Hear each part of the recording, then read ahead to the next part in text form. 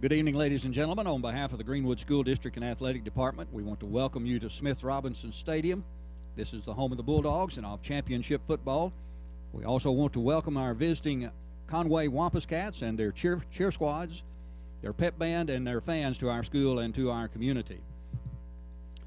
On behalf of Greenwood High School, this evening we would like to begin our pregame activities by taking a moment to recognize the following seniors that are involved in fall and winter sports activities. We ask that as we call the participants' name and their escorts, if you would please step forward. Due to the number of students that we'll be recognizing this evening, we also ask that you hold your applause until the end. We'll begin with the senior members of our 2012 football team. Chase Beckvar, escorted by his parents, Rebecca, AJ, and Noah Beckvar. Wyatt Bedell, escorted by his parents, Dale and Becky Bedell. Tyler Calloway, escorted by his parents, Bobby Calloway, Karen Calloway, and Kaylee Krimmel. Tyler Knapp, escorted by his parents, Kevin and Mindy Knapp.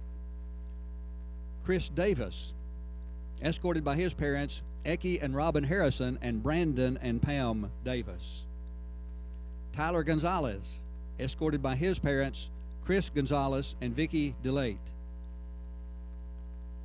Logan Gregory, escorted by his parents, Amy Rogers and Bobby and Iva Gregory. Austin Harris, escorted by his parents, Lynn and Denise Harris. Keegan Heller, escorted by his parents, Chris and Rose Heller. Jay Jackson, escorted by his parents, Jill Martin and Rodney Jackson. Houston Kennedy, escorted by his parents, Christy Fisher and Dwayne Kennedy. Robert Kirby, escorted by his grandfather, Charles Guillory.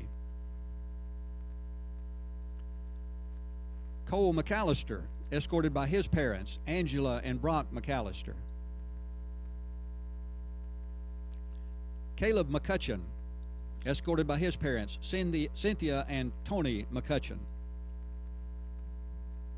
Drew Morgan, escorted by his parents, Annie and Matt Morgan. Saul Palmer, escorted by his parents, Shannon and Paul Palmer. Cameron Parsley, escorted by his parents, Missy and Craig Parsley. Alex Richards, escorted by his parents, Eleanor and Wendell Wallace and Ben Richards.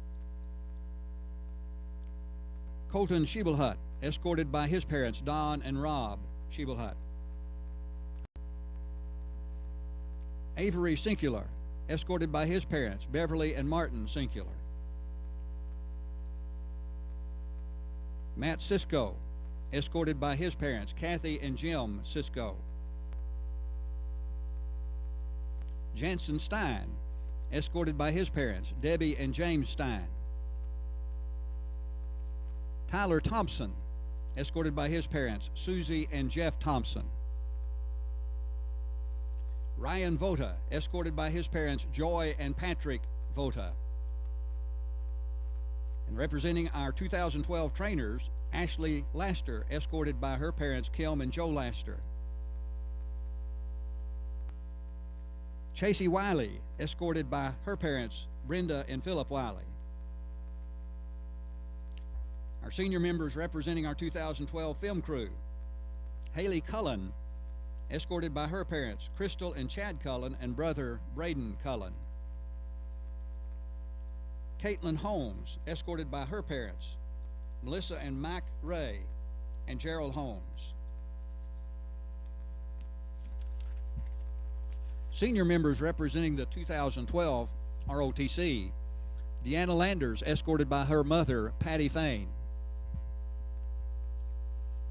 Ben Mitchell, escorted by his mother, Patty Mitchell. Mariah Roselle, escorted by her parents, Eddie and Mandy Roselle and Stacy Boozy. Stephen Shackelford, escorted by his parents Kimberly and Bobby Shackelford. Stephen Wiley, escorted by his parents Kim and Steve Wiley. Senior members representing the 2012 Varsity Co-Ed Cheer Squad: Emily Banneman, escorted by her mother Tanya Banneman. Mackenzie Hartman, escorted by her parents Dwayne and Marla Hartman. Braden Johnson, escorted by his parents Todd and Renee Johnson. Samantha Matthews, escorted by her parents Skip and Karen Matthews. Courtney Stockton, escorted by her parents Robert and Martha Stockton.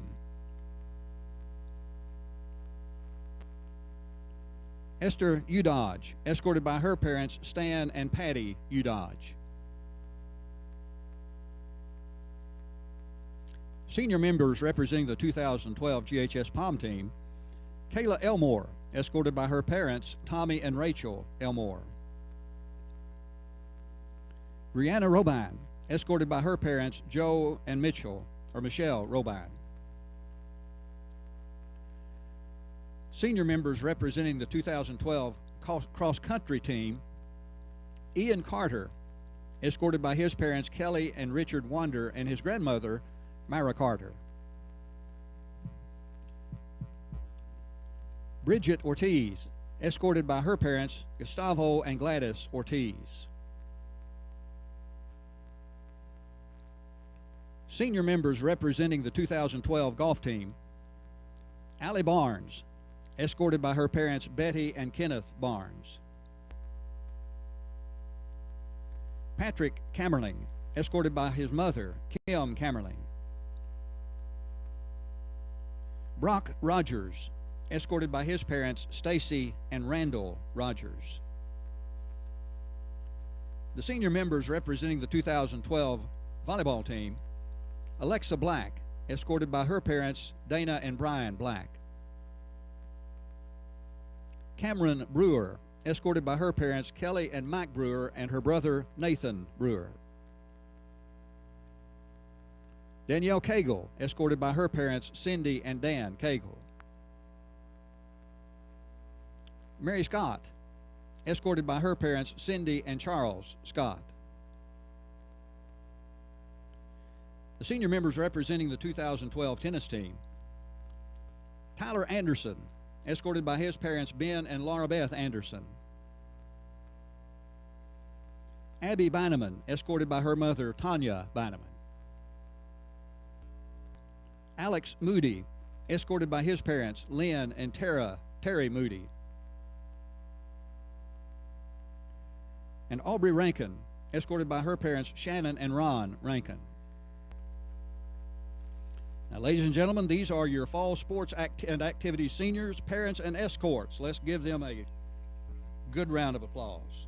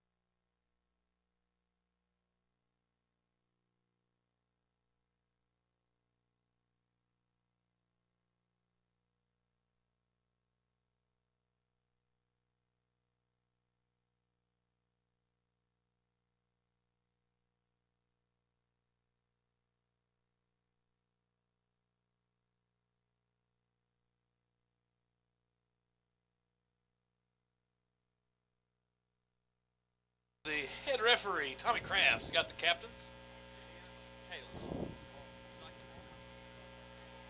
Greenwood wins. No, Conway wins. Conway They take the ball. won the toss. They're going to receive. Mr. Thompson did his, we took the wind here to start the ball game. So we'll come out of the north end zone. And we're about 3 minutes away from some action here. The Greenwood Bulldogs and the Conway Wampus Cats. Tim Terry, Kevin Jones, Darrell Wheeler. Good to have you along here on a chilly October night. The last Friday before Happy Halloween, so have a good Halloween next week. Keep an eye out for kids out there trick-or-treating, especially mine, because they have no regard for traffic laws. Should be a good game tonight, though. The Bulldogs 32 straight wins, and this Conway squad, like Darrell said a while ago, passes the eye test as they come out in their all white road uniforms with maroon, royal blue numbers, royal blue helmets. They've got a C on the side of the helmet, I believe, like the Cincinnati Bearcat C, if you've ever seen it. And we will welcome to the field the #1 team in the state of Arkansas, two-time defending champions, 32 consecutive victories.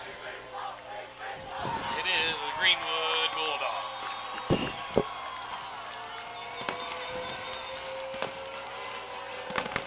Wow.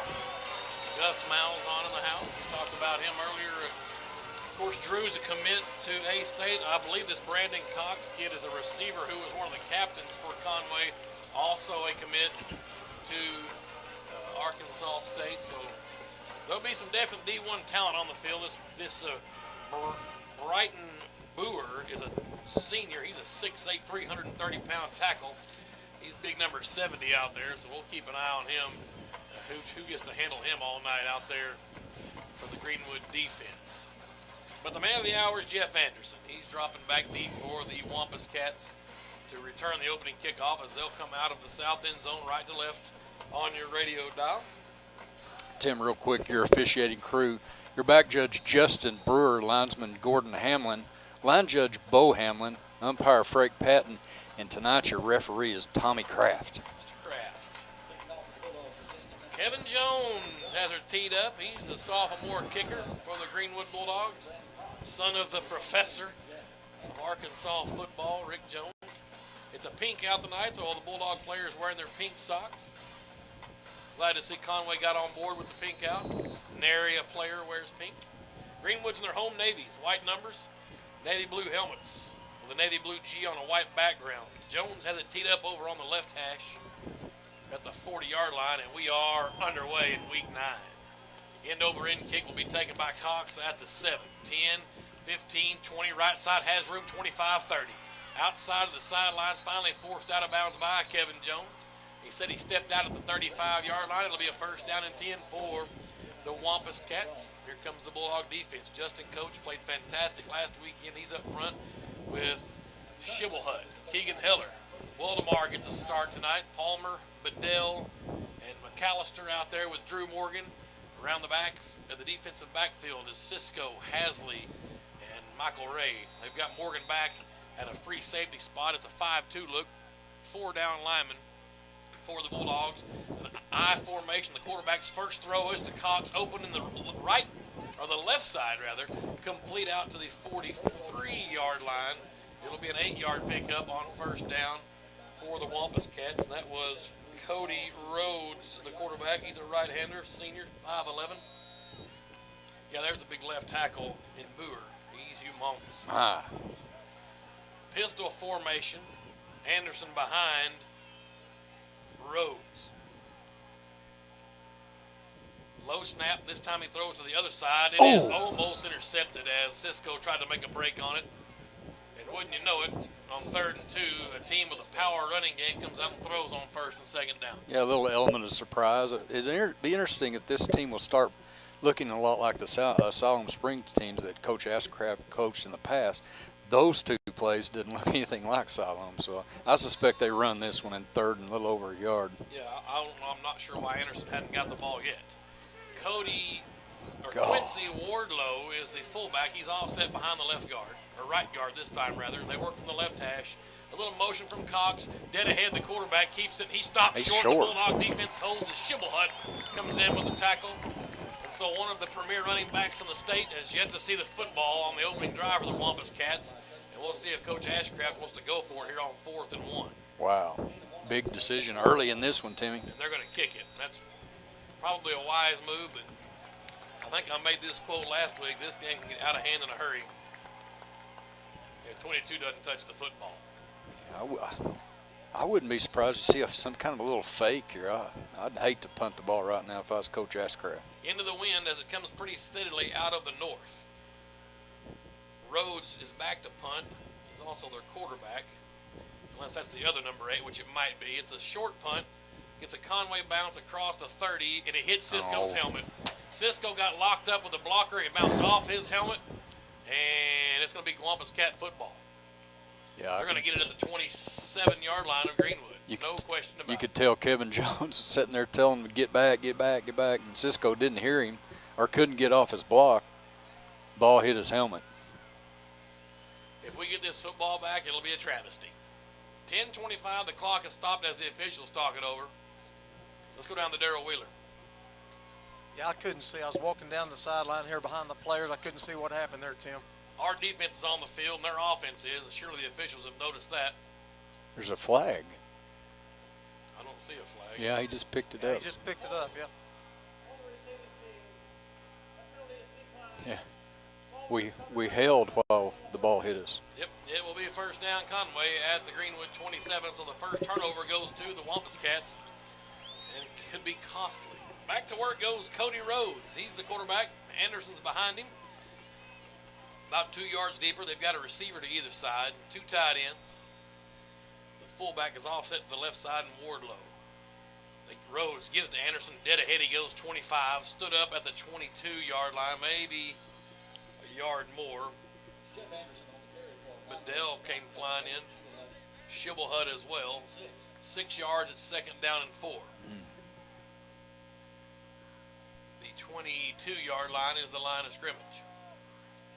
Costly turnover by the Bulldogs. They're always key in these big games. Here we go. Same formation from the right hash. Anderson again gets it. Ashcraft finally goes to the bread and butter, and he is hit hard. Stood up at the 21-yard line. Shibblehut again in on it, along with Heller and Bedell. So short gain, 3rd and 2 now. A long 2 for Conway. A passing down? Really? They come out with 4 wide. Shotgun formation, empty backfield. We're missing a player. They got a tight end? No? Yeah, they do. Yeah, they do. There he is. And dead ahead quarterback draw. He's got first down yardage. Does Mr. Cody Rhodes. The old spread the field and let our version of Houston Kennedy get that first down. I was about to say that, Kevin. He looks just like Houston Kennedy out there on the field. So the chains move for the Wampus Cats. 1st and 10 at the Greenwood 14-yard line. Still working from the right hash. Anderson dots the pistol now behind Rhodes. Ward loads the fullback offset to the right. Twins come out to the left, the wide side. Snap's good. It's Anderson dead ahead. Goes behind the big left tackle. Morgan's there along with Taylor Hasley. He got the 9-yard line. So it's a 5-yard pickup, 2nd and 5. They may have gave him the 8-yard line. We'll give him 6. 2nd down and a long 4. No score, 8:42, just underway here at Smith Robinson. Senior night, breast cancer awareness night. Conway, after a 3 and out, gets a punt that bounced off Cisco's helmet, and they recover it. Have new life here driving inside the 10. Anderson bounces it out right side. He breaks a tackle and couldn't get loose in the tackle. Who had him out there? Had Saul Palmer. He got inside the 5. It's going to be a first down to the 3, a 1st and goal for the Wampus Cats. I think either Cole McAllister or Hasley tripped him up there at the line of scrimmage, but he still got the first down. So 1st and goal for Conway, still from the right hash. 8:20 clock running, opening quarter. Here comes the big Wildcat package with big Brandon Koch. Oh. Humongous lineman, he'll get it and down. Nope, they say in. Down and in. Down and in. The ref pointed down, then he pointed touchdown. So it's a touchdown for Brandon Koch, who's a 6'1", 320 guy who runs some Wildcat package. And it's good. So it's 6-0 Conway on the board early. Turnover will get you every time. Matthew Cummins on for the PAT. Bad snap. The hold got up and in, however, and it's through. The PAT is right. It's 7-0 Conway. We'll take a timeout. You're listening to Greenwood High School football.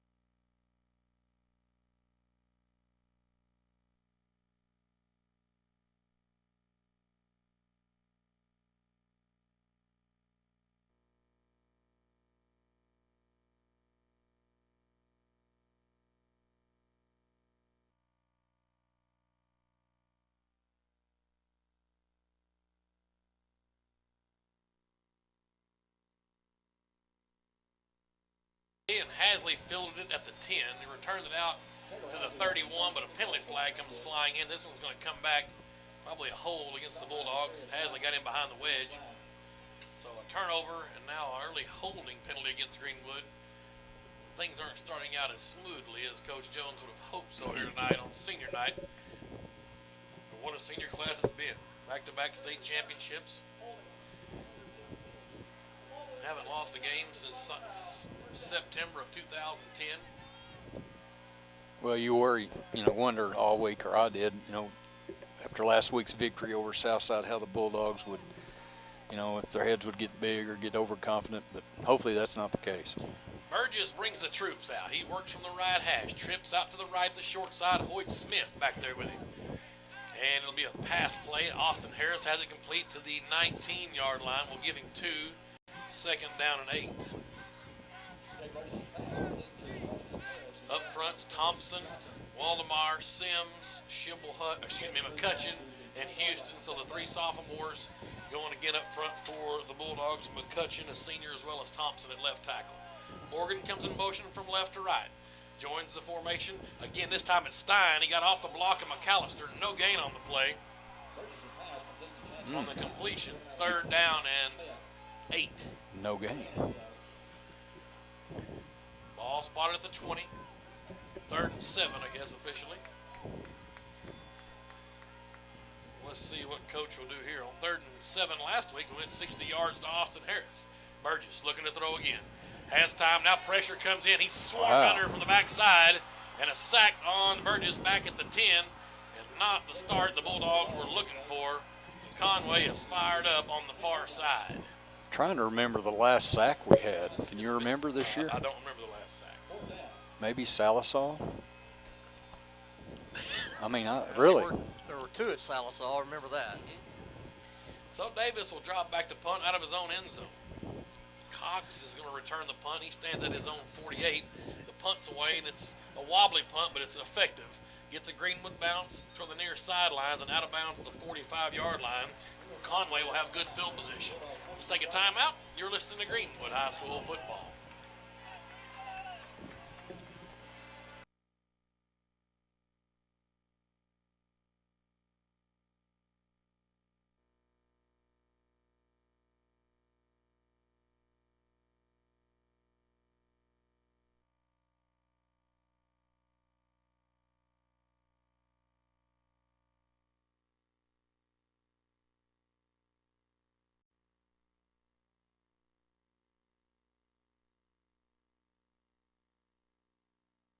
Cody Rhodes hands it off to Anderson. He goes around the left side, or the right side rather, off behind the tackle. A good gain of 8 down to the Greenwood 38-yard line. Cisco got off his block and made the stop. Conway looking real impressive so far in this first one. Well, just like Greenwood's hard to defeat when they get a lead. These running teams like Southside and Conway, they get a lead, they can milk this clock and shorten the game. Pistol formation again, Rhodes in the shotgun. Anderson dots the eye behind him. Receiver to either side. The fullback is Wardlow. He's off behind right guard. Again, dead ahead to Anderson. Tripped up on his own, but he falls forward to a first down near the 35, but he'll have a first down by the length of the football, looks like, inside the 36, and it is a fresh set of downs for the Wampus Cats as they work again from the left hash. 6:07 to go. Conway leads 7-0 off a turnover on a punt return. It was bounced off a Greenwood defender. Cisco, who was being blocked. Conway took it in. Here they go again after a 3-and-out by the Bulldogs into Greenwood territory. Pistol formation again. Rhodes gives to Anderson dead ahead. He bulls his way forward down near the 30 to the 31-yard line. We'll give him 5 yards, 2nd and 5. And Coach Ashcraft abandoned the pass early. We'll stick with this run, looks like. He may be tuned in and listening to you. If you listened to last week's game, he should. Shotgun again for Rhodes. It's a pistol formation. Anderson about 2 yards behind him. Fullback's offset to the left tackle now. They're going to throw right here on 2nd and 5. Why not? Rhodes lets it loose for the end zone to the speedster Cox. And it's caught. Touchdown. He got behind Michael Ray. And just like that, Conway in a little bit of a zone right here against these Greenwood Bulldogs. 13-0 with 5:11 left here in the first quarter. That was a little 4-3, 4-4 guy. Right. That was a fantastic catch. That's good coverage there. He just jumped up there and took it. So, PAT coming up for Cummins.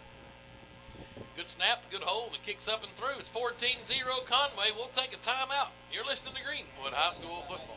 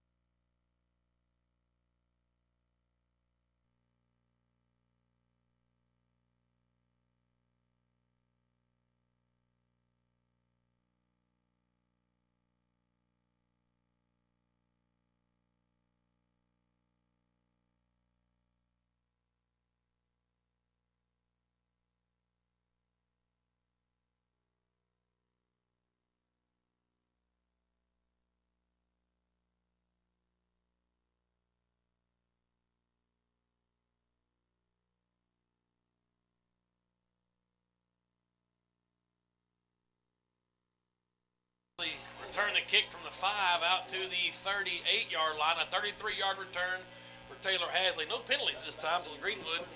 See if they can get things going here, Darrell, but down 14-0. That's exactly what they need to do. They need to respond right here. They have to. Burgess in the shotgun from the left hash this time. Trips come out to the right. Hoyt Smith back there with him. They put Hoyt in motion to the right flat, and they'll pump fake to him. Jabe in trouble. Has a roll left. Tripped up. Got his footing, and now tripped under. And maybe got back to the line of scrimmage. Will give him a no gain on the rush for Burgess. 2nd and 10. That play has worked all year, Tim, and looks like they've scouted that pretty well. Still from the left hash. Twins go to either side now. Burgess from the shotgun. Hard count, look to the sidelines. McAllister Stein near side. It is Harris and Morgan out to the left, short side of the field. Bulldogs working left to right on your radio dial. They go to Hoyt in the flat. He's got running room 40. 45 midfield to the Conway 46-yard line. It's a first down. They're going to give him the 45. Some extracurricular, but no call. 17-yard pass and catch for the Hoyt to Burgess. Backwards, Burgess to Hoyt. And quickly the Bulldogs to the line. They come trips now to the right, short side. Burgess. Goes hard count now to the sidelines. From the boundary, it's Stein, McAllister, and Morgan. Hoyt's back there on Jabe's left. They send Morgan in motion. They hand it to Morgan, and he'll try the left end. 45, can he get the corner? He breaks a tackle to the 40, knocks a man down. They gave him the 40, so it's a 5-yard run. I'm going to call that a run. It was close to a pitch, close to a forward pitch. We'll call it a run. I agree there, Timmy. Well, the Bulldogs really got to respond here. I'm like Darryl, this is critical. They got to answer. 4:13 to go from the left hash. Now 2nd and 5. Twins to either side. Jabe's got it. Looking to throw. There's Harris, first down to the Wampus Cat 30. Bulls, they got him out of bounds at the 30. It's a 10-yard passing catch, but another first down for Greenwood. Burgess trying to get a little rhythm right here for these Bulldogs. Quickly to the line they go. Coach Young barks out the signal.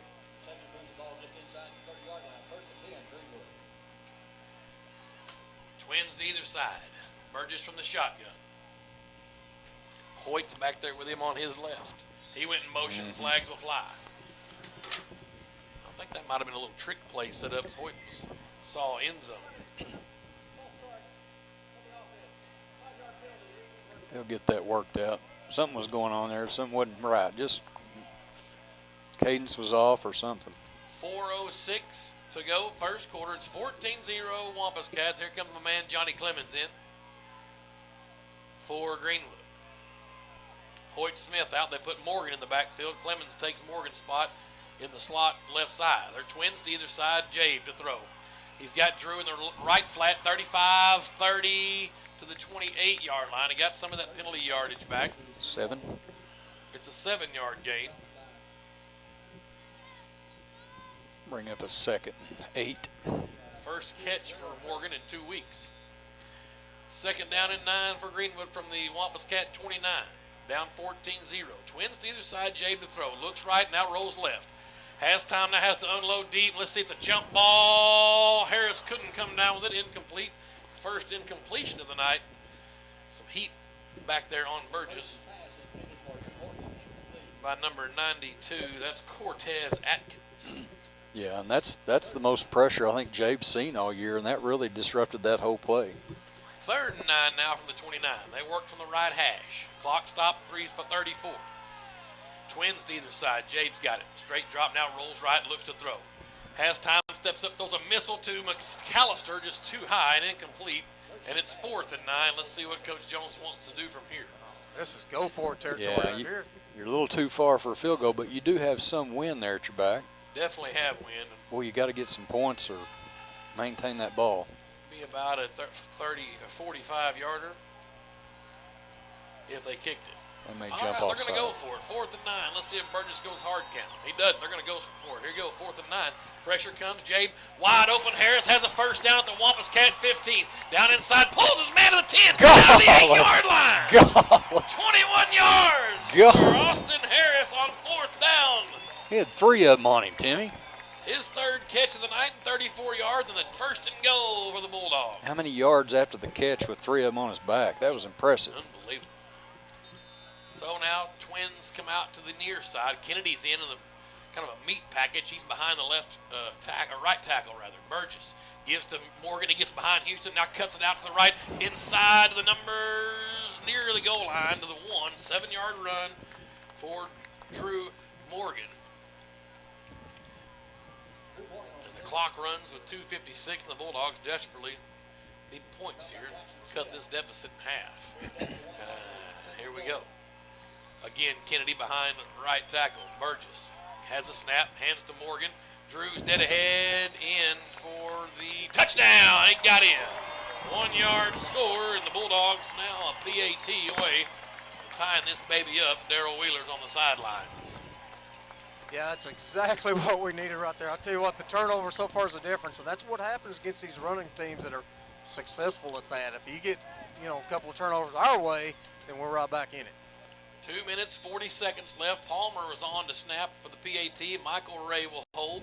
It's a high snap. He got it down. KJ's kicks right down Broadway. It's 14-7. Conway on top of Greenwood. You're listening to Greenwood High School football.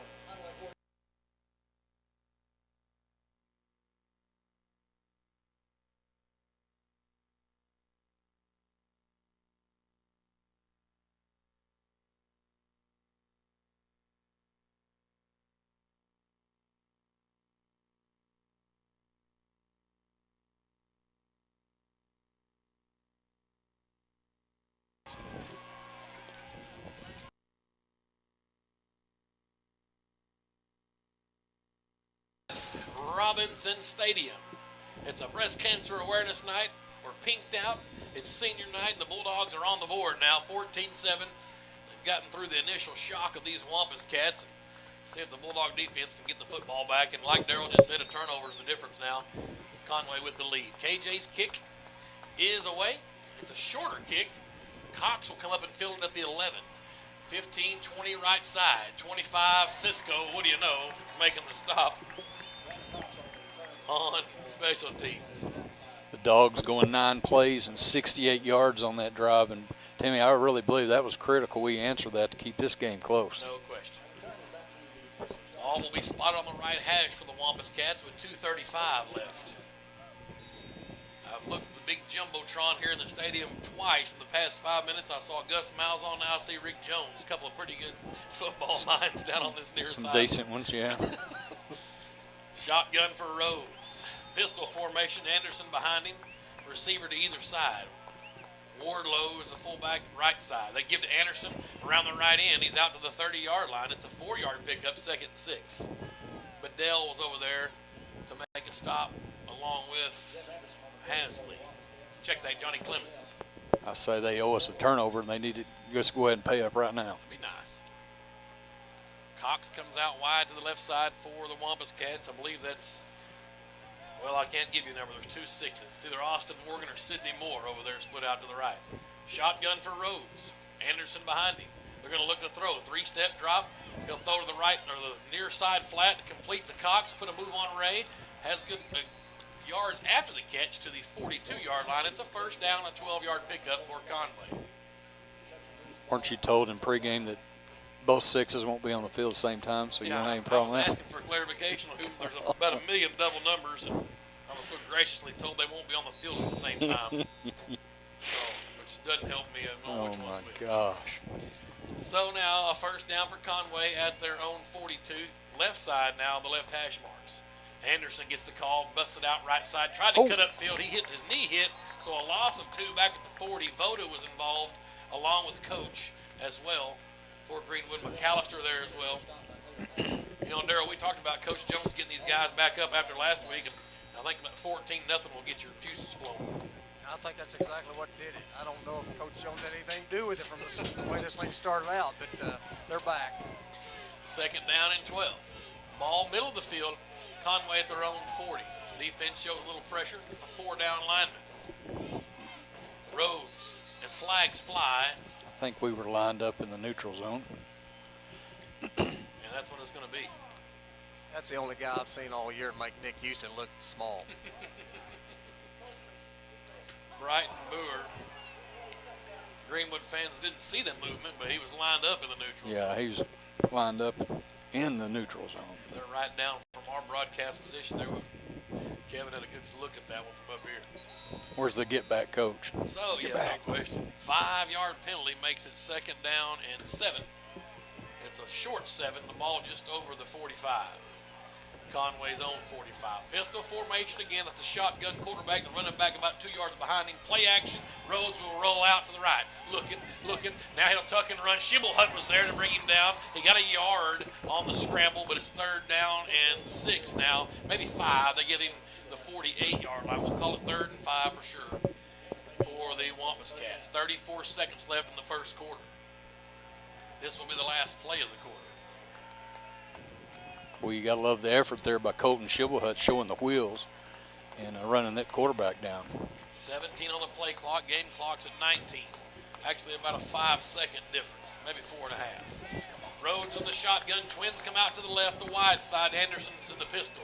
They give it dead ahead to Anderson, and he is met and filled. The Bulldog defense holds him short of midfield. That's Shibboleth again. And that is Coach in there as well. Coach calls timeout. I like this to have one play with the win. Make them punt into the wind. That's right. So timeout called by Coach Rick Jones to make them punt one last time into this breeze out of the north on a 4th and 3. That's coaching right there, folks, at its finest. Let's take a 30-second timeout. We'll come back and set this up for you. You're listening to Greenwood High School Football.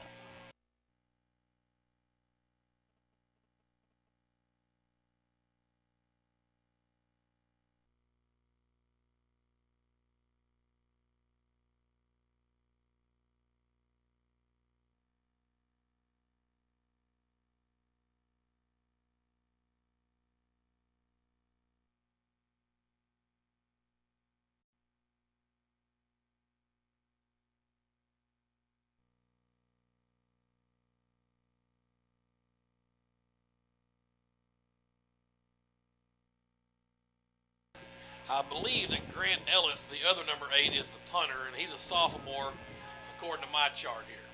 How do you really know that? I don't know. Well, he's a lot smaller than the other guy. Okay. As far as the eye test. As Hasley and Clemens back deep to return the punt. It's in the air, and can we get away from one, boys? That one hit a Conway player, so we're good this time. About the 29. Way back up there. They're going to look like they're going to spot it out near the 29. It is right on the 30. That's the end of the first quarter. Greenwood trails 14-7, and they'll get the football as we go to start the second quarter. We'll take a timeout. You're listening to Greenwood High School football.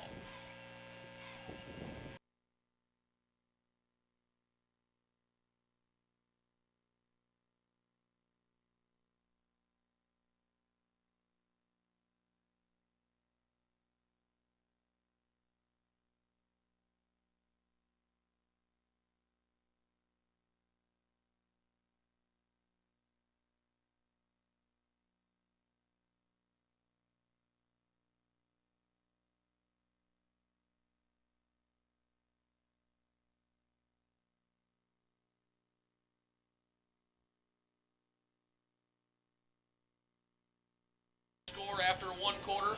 Update from Frank Vine Stadium. 14-0 Airedale's up on the Greenbrier Panthers. A couple of 5A West foes there. Greenbrier having a good season so far. The Airedale's on them early here.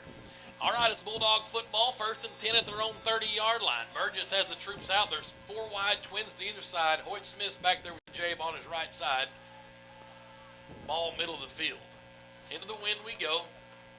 Jabe to throw. Quick hitter to the right flat. It's complete to Hasley was actually out there. First down to the 41-yard line. That's an 11-yard pass and catch.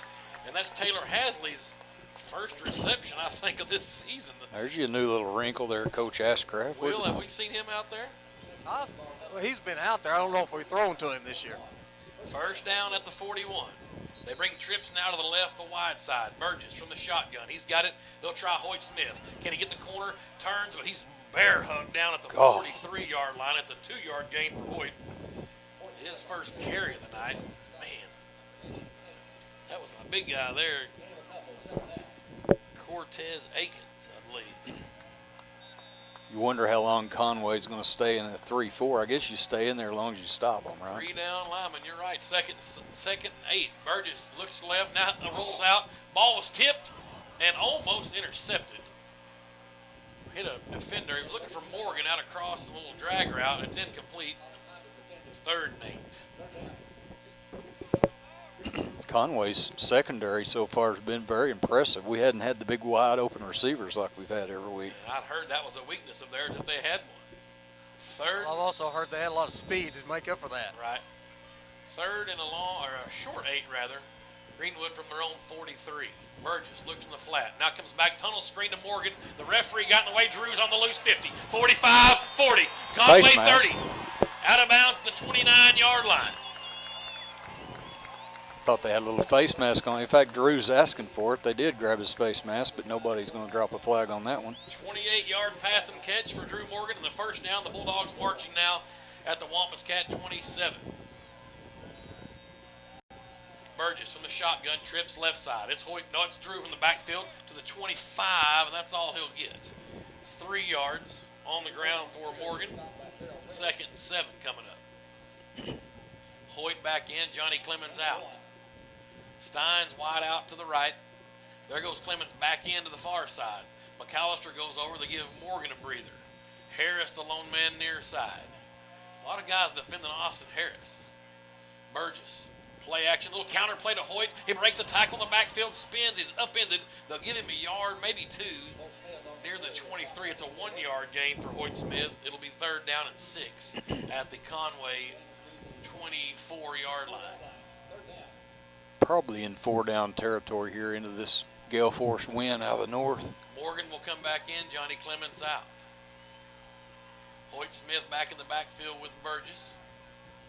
Morgan split out to the right with Stein and McAllister. Jabe looks to throw. Pump fakes across the middle. There's a slant route. He's got Austin Harris completed the 10. Down to the 5. Touchdown. And he is in the score. He rolled over the Conway defender. Never hit the ground. It's a 24-yard pass and catch. And Austin Harris comes through again. His 4th reception. Well, you can tell Jay never took his eyes off Big Austin. He was going to throw that slant route. And I'm not sure they can tackle Mr. Harris once he gets running that secondary. 10:01 left, second quarter, 14-13. KJ on for the PAT. A high snap. Ray got it down. The kick's right down the middle. We're tied at 14. We'll take a timeout, and you're listening to Greenwood High School football.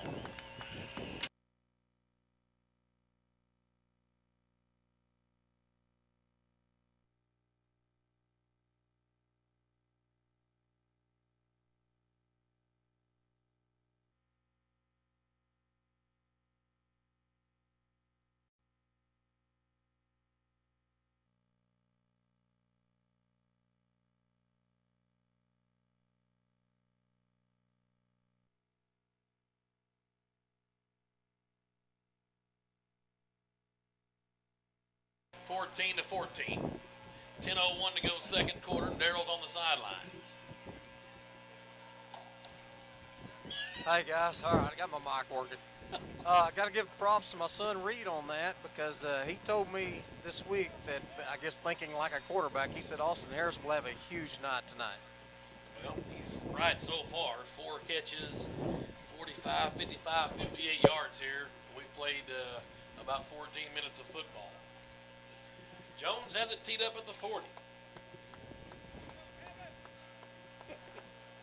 Oh, onside. An onside kick. It didn't go 10 yards. Coach tried it. Morgan's going to let it roll. Wouldn't go 10 yards. Coach Jones is furious.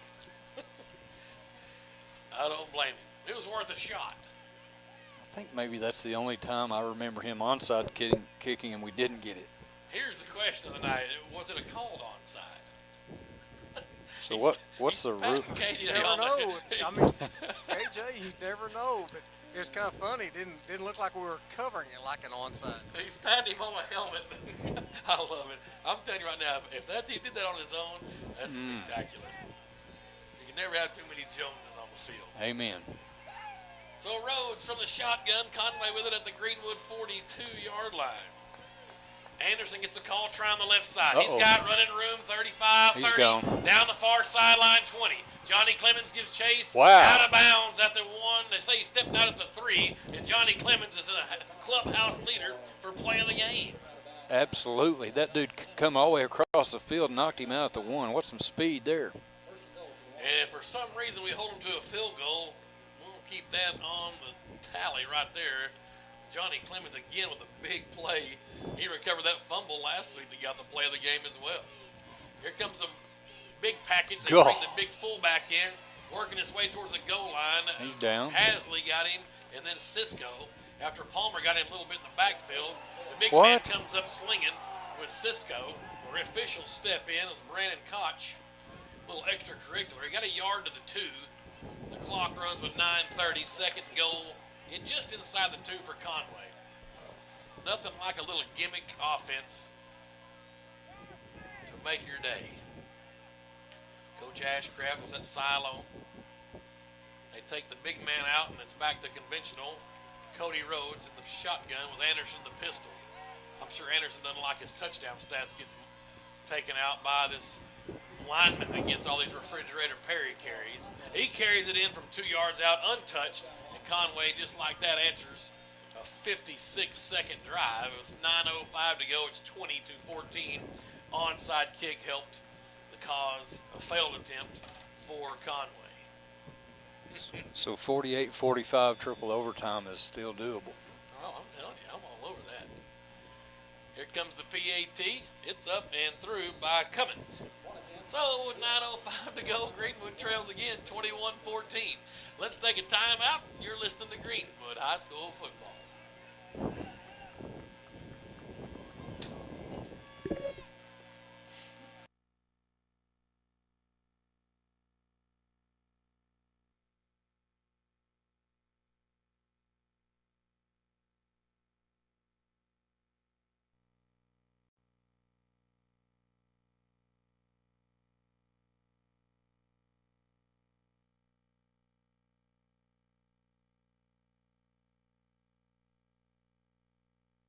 Conway back on top with 9:05 to go, second quarter. Darrell on the sidelines. Obviously, the key here is stay tit for tat with them because we will get the ball starting the second half for sure. That's true. That's true. The turnover helped them earlier after we held them on a 3 and out. And like Meat says, we need to get that turnover back.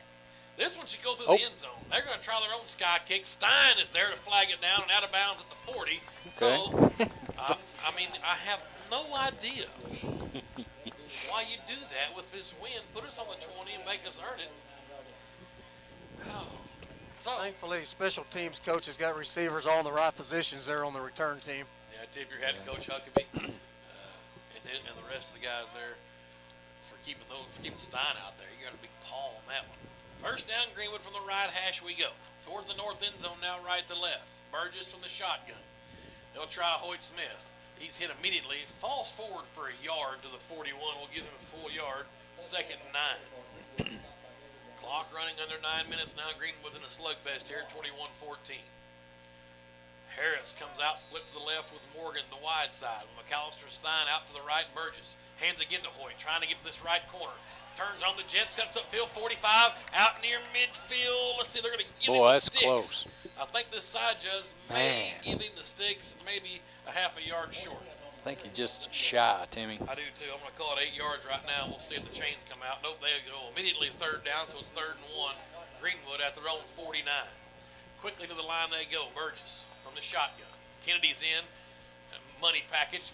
Drew Morgan dead ahead. First down to the Conway 45-yard line. He got 6 yards, and the chains will move for Greenwood.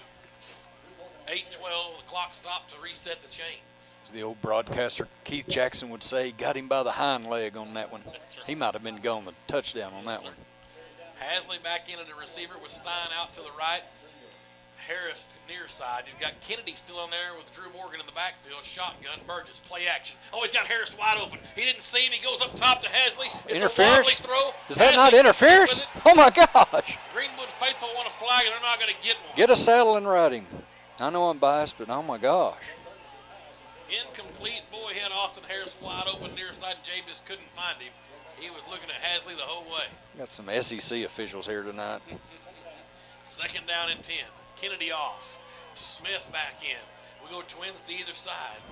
Morgan looked at Burgess and said, throw me the football. Let's see what happens over here on the near side. Burgess from the shotgun. Looks left. Pressure comes. They swarm him under. Jabe trying to fight, but it goes down back at the 44-yard line. It'll be a loss of nearly 10 for the Bulldogs. It will be a loss of 10. Ah, what nice spot. I gave him the 44, or 46 rather, excuse me. So it's a loss of 9 rather. 3rd down and 19. Clock running 7:36. 2nd quarter, Greenwood trails 21-14. Trips go out to the right, the wide side of the field. Burgess in the shotgun. He's been hitting more than that than he has all season. Morgan comes in motion from right to left. Jabe looks to throw. Just goes up top to Drew. Did he overthrow him? He did. Yeah. It would have had to been a perfect pass to weave it in there, but it's punt time for Greenwood. 7:17, clock stopped on the incompletion. Check in with Darrell Wheeler. Feel like I'm in a prize fight here, guys. Crowd getting a little chippy, and tell you what, Jabe did a good job hanging on that ball when he got sacked, because that could easily have been a fumble. Davis on to punt into the wind. Cox, the speedster, back deep. Hey, look here, a low sidewinder. Little knockdown from Davis, went right through Ray's leg and take a Greenwood bounce down inside the 10 of the 9-yard line. What a punt from Chris Davis. That's how you do it. With 7:07 left, I'm not sure how that went through Michael Ray's legs, like an old croquet ball there. Spectacular. So Conway will have it 1st and 10 just inside their own 10. And it did not touch it. They say it did hit Ray. Oh, that's terrible. Oh, wow, that's costly. My goodness. Cost him, what, 11 yards, boy. isn't it? Yeah. Oh, no, the ball never touched him. Oh, my gosh. I was watching the roll of the ball, and it never changed direction in the roll. Well, that's a tough break for Greenwood, but it's just 10 yards. Let's see if the defense can come back here. Here comes that turnover, Timmy. Rhodes in the pistol. He's back there, Anderson behind him. They've got twins out to the left, the wide side. And it's Anderson trying off left tackle. He runs into Saul Palmer. Then Shibblehut comes over along with Justin Coates down there. Had a foot. I think Voda comes up off the pile. He got the 26-yard line. It's a 5-yard gain, 2nd and 5. 6:50 clock running. 21-14 Conway with the lead and the football. They work from the right hash, heading towards the south end zone, left to right. Shotgun again for Cody Rhodes. He's a senior. He looks to the sidelines. Now they've got the play. Straight drop, looks to throw. Has time, unloads downfield for his man who's open. A little holding action. And it's to the 39, breaks a tackle. Cox still on his feet, breaks another tackle to the 47. There's a flag down in the backfield. That will bode well for the Bulldogs. It is a hold against Greenwood. And the Greenwood crowd comes to their feet, rather with a wry smile, applauding the call from the official. Well, I think that's Conway's first penalty on the night. A little holding action. He had half a week back there to pick a receiver to throw it to. Penalty moves the football back to the 14-yard line, so it's again second down and 17 for the Wampus Cats. Stick around. At halftime, we'll have Coach Jennifer Golden, head coach of the Greenwood Lady Bulldog volleyball team, fresh off the state title last year. That Greenwood hosts the 6A state volleyball tournament next week. We'll get Jennifer's thoughts on hosting the tournament and how the Lady Bulldogs will do. Anderson gets the call, tries the left side. What a play from Justin Coach! God. Single-handedly took on a big blocker and then went after Anderson. Oh, baby! That may be the collision of the game so far. That is a clubhouse leader for the Greenwood collision of the game, Justin Coach. What an individual effort over there. Yeah, I'll take credit for that. Had a little dinner at the house last night and fed Justin a bunch of pork tenderloin. So there he's you go. fired up. Hey, Absolutely. 6'3", 215, a junior, maybe 220 now with the pork loin. Third down and long. Third down and 21. Pistol look again. Rhodes from the shotgun. He's going to throw it to number 3. Yeah, here comes your turnover. Slant route is batted down by, was that? Cope. That was Shit. 253, Shibblehut. We'll Shibblehut. get in a minute, I think. Could have been Voda. Shibblehut's taking credit for it. I don't blame him. But I would it's too. punt time for these Wampus Cats. 4th and 21 at their own 10. Kennedy drops back deep for Greenwood. A good tailwind for Conway, but the Bulldog defense does their job. 5:27 to go in the second quarter. It's 21-14 Conway. Greenwood a chance to get the ball back here. Already one turnover on a punt return. Let's see what happens here as Grant Ellis comes out, punts away. Kennedy will field it at his 47. Turns upfield to the numbers, left side 40. 35 out of bounds at the 32-yard line. So it's a 15-yard return for Houston Kennedy in great field position for the Bulldogs at a 1st and 10 at the Conway 32-yard line. We'll keep it right here as the Bulldog offense out on the field and ready to go. Houston doing a good job of catching that punt over his shoulder. Good job of getting a return of yards. That's a fantastic play. From the left hash we go. Stein and McAllister go out to the right. It's Harrison and Morgan near side. Hoyt's back there with Burgess on his left. Jabe to throw. 3-step drop. He looks. Unloads down the middle. Tries Harris again. Incomplete. He was double covered. Would have had to have been a throw as good as this. As Jabe's cousin could throw to get that one in there. Mr. Tyler Wilson, 2nd and 10. Applaud the effort. I don't think he really had anybody wide open to throw it to. They gave him the ball. The ball is spotted at the 31 officially if you're keeping score at home. So Kennedy got a bonus yard on the return. Burgess sends Morgan in motion from left to right. They play action him. It's Hoyt on a little misdirection play. He stood up and hammered, but they're going to give him the 27-yard line, and that's 4 yards.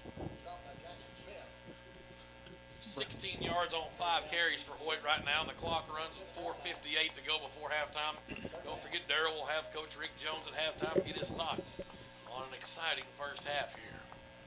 All right, 3rd and 6 from the left hash. Burgess in the shotgun with twin receivers to either side. Smith again moved early, no call. Jabe on play action. He'll look to throw. Drew Morgan's open to the 16, down to the 10, and a first down for the Bulldogs, maybe a 1st and goal. 17-yard pass and catch. 3rd reception for Drew Morgan. He's got 52 yards receiving. It is a 1st down and 10, just short of the 10. Burgess with trips to the right, the short side as they work from the right hash. Jabe's got it.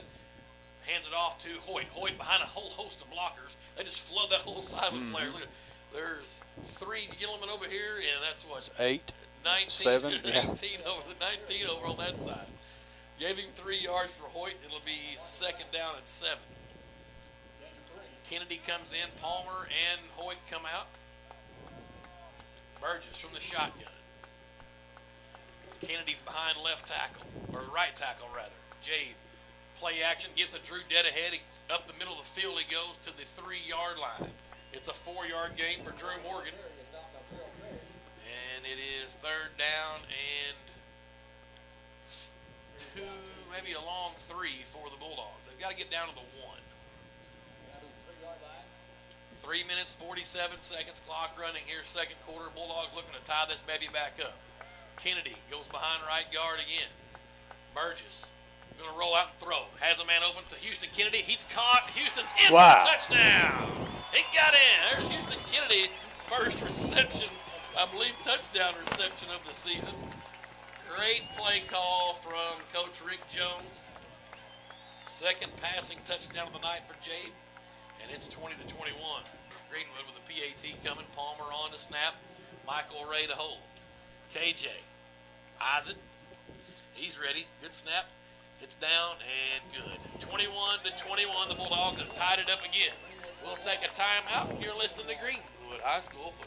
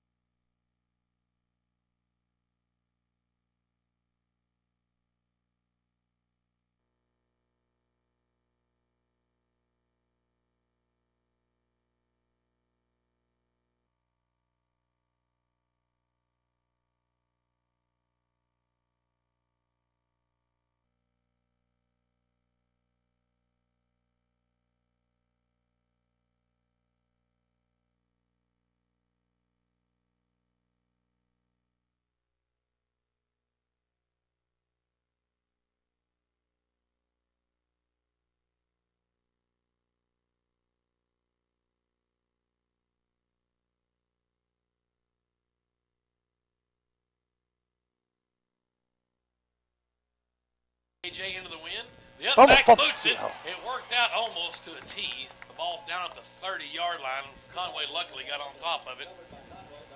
Saw that in a state championship game a couple of years ago. You could see, when you can see their chins and they're looking straight up, you got a chance of muffing it. That was Caleb Crawley, the backup quarterback over there, trying to field that one right through his hands. So Conway will have it 1st and 10 at their own 30 with 3:30 to play in the 2nd quarter. The score tied at 21 all. Rhodes in the shotgun. The pistol formation, Anderson behind me. Twin receivers come out here to the right, the wide side, and they're going to give it to Anderson. He goes dead ahead, runs right to Saul Palmer, breaks that tackle. My God. Anderson's off to the races, 40, 45, 50. Cisco can catch him. Chase, 30, 25, 20. Cuts inside. That's a block in the back. No call. Touchdown. I agree with you, Tim. Man. Not sure how it wasn't called a block in the back. Cisco wants it called. And it's a touchdown for the Wampus Cats. 27-21. Unbelievably obvious out in front of the play. So 80 yards. Best case scenario, though, they go ahead and score because they're probably going to score anyway. And then, no, 70 yards. I'm sorry, 70. And then, so we'll get the football back quicker. Yeah, this is going to be a long night. Yeah, I thought Palmer had him there in the hole. Cummins on for the PAT. It's up and it's good. 28-21. Well, Will, you got to make a tackle. Got to make a tackle, but I kind of agree with you. I mean, if we can get out of this even 28-28 this first half, I'm happy. Right, I agree. 3:17 left in this one, 2nd quarter. 28-21.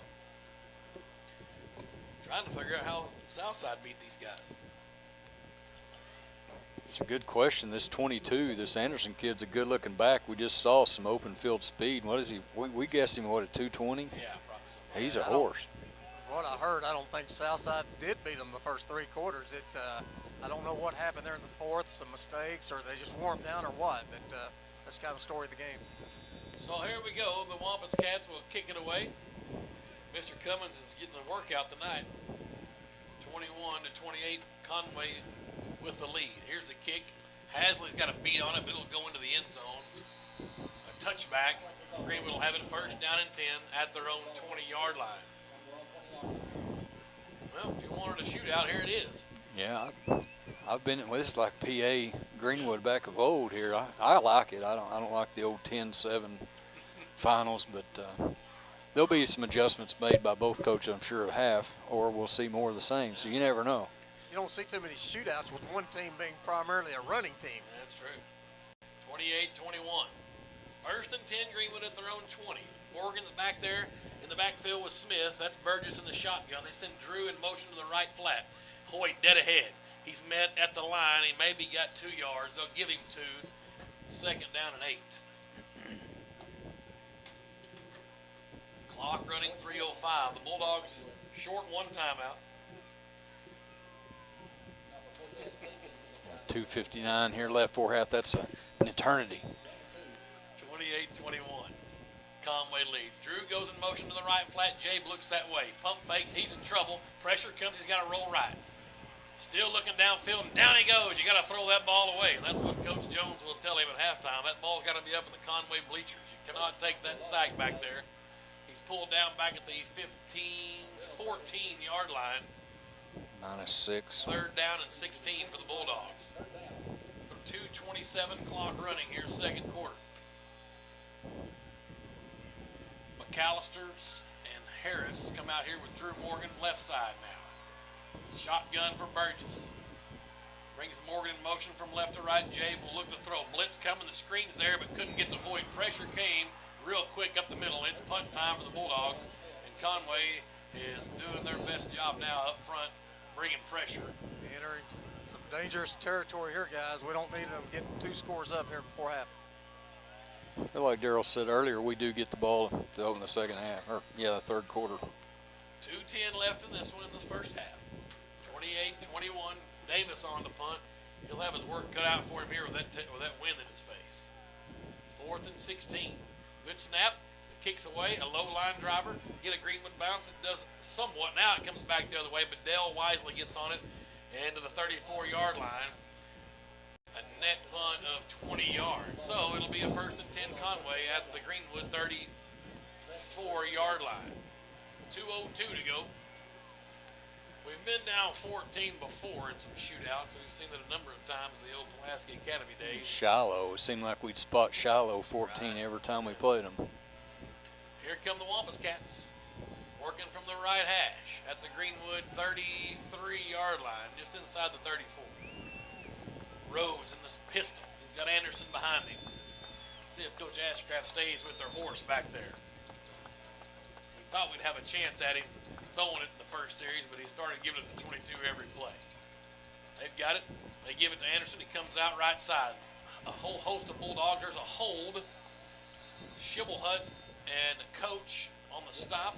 Flag comes out from White Hat, and it will be a hold on Conway. That'll help the cause. Minute 56. It'll be a 10-yard penalty from the spot of the foul, which is right on the line of scrimmage. So it'll be second down, or first down and 20 this time. Ball back to the 43-yard line. Greenwood Junior High, big win last night over Van Buren, 20-0. Watched the 8th grade over at Van Buren Tuesday night. Big win for the 8th grade. That's a solid squad. JV got a big win Monday night against Northside. Shotgun for Rhodes. Anderson behind him. He gets the call left side. Good blocking. He gets through the initial phase. Heller stood him up at the 40. That's a mono-a-mono play there, and Keegan Heller won that battle. A 3-yard gain. A timeout called by Conway with 1:39 left, and second and long coming up. 28-21, Conway with the lead. We'll take a timeout. You're listening to Greenwood High School football. 30 seconds. Keegan.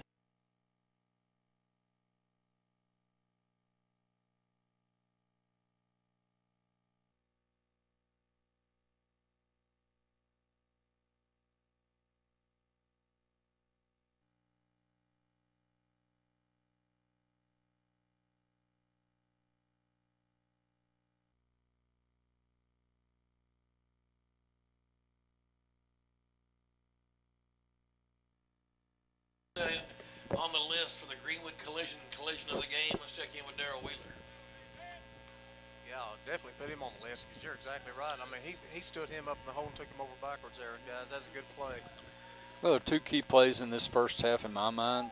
The illegal touching on the punt attempt by Greenwood spotted them down there in a pretty good spot, plus the failed onside kick attempt. Other than that, you know, we're pretty knotted up here.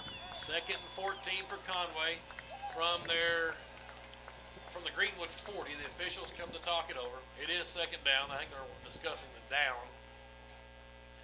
The hole was on 1st down. Right. They ran that play. Got 5 yards. And it's 2nd down and 15. Let's play football. We're ready. Minute 39 left. Conway with the win. Rhodes has it. New tailback. Oh, he's going to throw it. That ain't going to work. Mr. Morgan's there. Outside, he has a little room. He's down to the 37, maybe the 38. Little trick play attempt from Coach Ashcraft. Got him 3 yards, so it's 3rd down and 13 coming up. Conway with the ball at the Greenwood 38-yard line. I bet Coach Ashcraft may not want him to go out of bounds there unless they're going to try to score here. Minute 32. Anderson comes back in for the Wampus Cats. Probably 4-down territory. Their kicker's got a leg. He can sure make it from here with that tailwind. Rhodes from the shotgun. Twins either side. He'll look to throw. Pressure comes from Heller. The throw is way over the head of the intended receiver, Quentin Wyrick, and it's 4th down and 14. This would be a 55-yard attempt, so I don't know if he's got that leg or not. Well, that wind's going to help him some, but I bet they go for it. Minute 27, clock stopped on the incompletion. Punt. Punt team coming out. KJ comes in for Greenwood back to return. I'd watch this one, guys. A little fakey. Well, that's their punter in for sure. The same number, different kid, Grant Ellis. KJ stands at his own 10. Put your heels on the 10, don't back up. That's what Coach Jones told him. And it's a punt, it's away. And Jones, fair catch signal. He did fair catch it. So it'll be Greenwood's football at the 10-yard line. Minute 20 left before halftime. Kevin lucky didn't get a penalty there. He's very lucky he didn't get a penalty because he definitely called for a fair catch, and that's why there wasn't a late hit call there too, because he took off running. That's right. Can I tell you how big that stand was there by our defense? Humongous. That was huge. Humongous. Aided by a holding penalty. Let's see if Jabe can march the guys down and try to put some points on the board. 4 wide, Twins to either side. Hoyt's back there with Burgess off to his left. A minute 20 to go before halftime. They give it to Hoyt, looking for room up the middle. Spins his way across the 10 to the 13. 3 yards for Hoyt. 2nd and 7. Yeah, definitely content on just not making a big mistake here, guys. Into the wind. McAllister goes out to the right with Stein. Morgan and Harris near side to the left. Smith back there with Jade. 52 seconds left. Burgess gives to Hoyt, trying the right end. Can Hoyt find a hole? He reverses field. Can he get a block? 25. He's got the 20, the 25, the 30, 35, 40, 45, midfield to the Conway 45-yard line. What were you saying, Will? We were just content?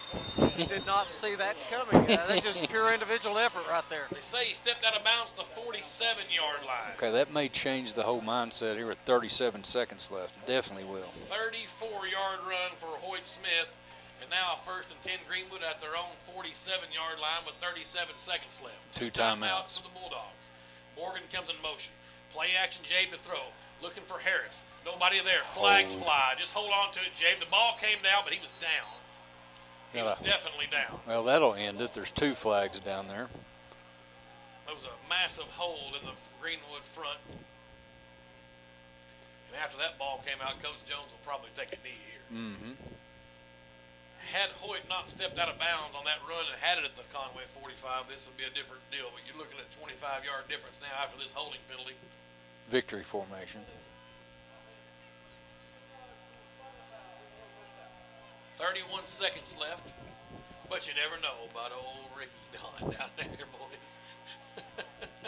I know he'd love to go in 28-28. Palmer's back there with Burgess this time. 31 seconds left, first and forever. Now back at the 34-yard line.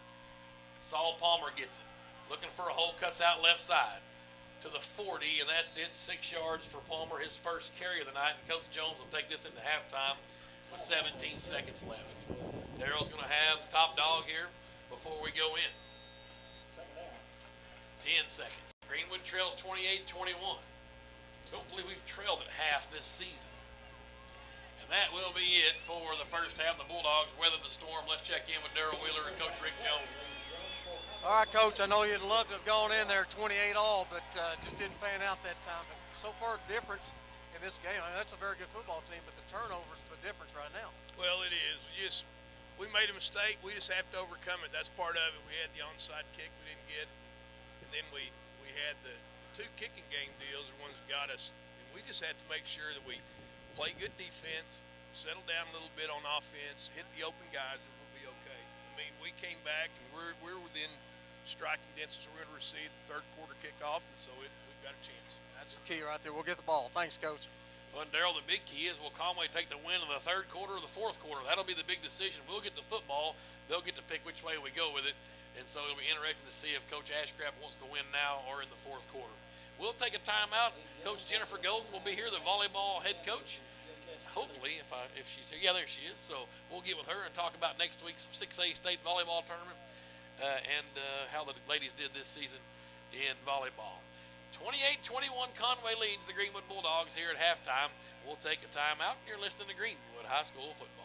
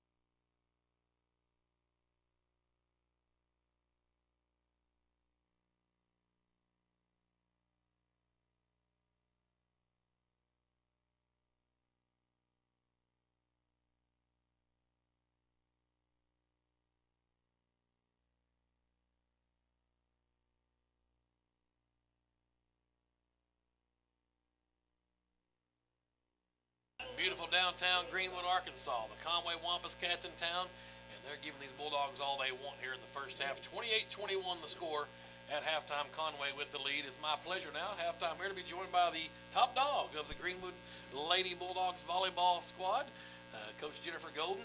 Coach, last time I talked to you, we were celebrating the state championship and talking about your new volleyball facility. And here we are now. Playoff time is here again, the postseason tournament, and Greenwood gets a chance to host it here on campus. It should be a good deal for the Lady Bulldogs. We're very excited to get to host it this year, especially with the new conference changes, and I think that'll give us a little bit of an advantage. Y'all were 5-9 in conference, 14-13 overall. Looks like you have the 5th seed coming into the postseason, and Texarkana will be the foe. It's a Tuesday at high noon at the indoor facility at the HB Stewart Bulldog Arena, right? Okay. Correct. So what do we know about Texarkana, the Lady Razorbacks? Not a whole lot. From what I've been told, we are pretty sure that they'll be athletic. Other than that, not a whole lot. We expect to win that one. Gotcha. Of course. I mean, a scouting report in volleyball, I mean, they're going to be, somebody's going to set it, spike it, hit it. I mean, but they serve well. I mean, you have to know what their serving tendencies are, I guess, stuff like that. Yeah, aggressive serving. We do run plays in volleyball, so right. that's things we can look at. Usually we key on a hitter, or, if a setter plays front row, we'll know where that position is, and if she takes it over on the first hit or second hit. For those who haven't been to a volleyball match this season, who's some stars for you this season for the Lady Bulldogs?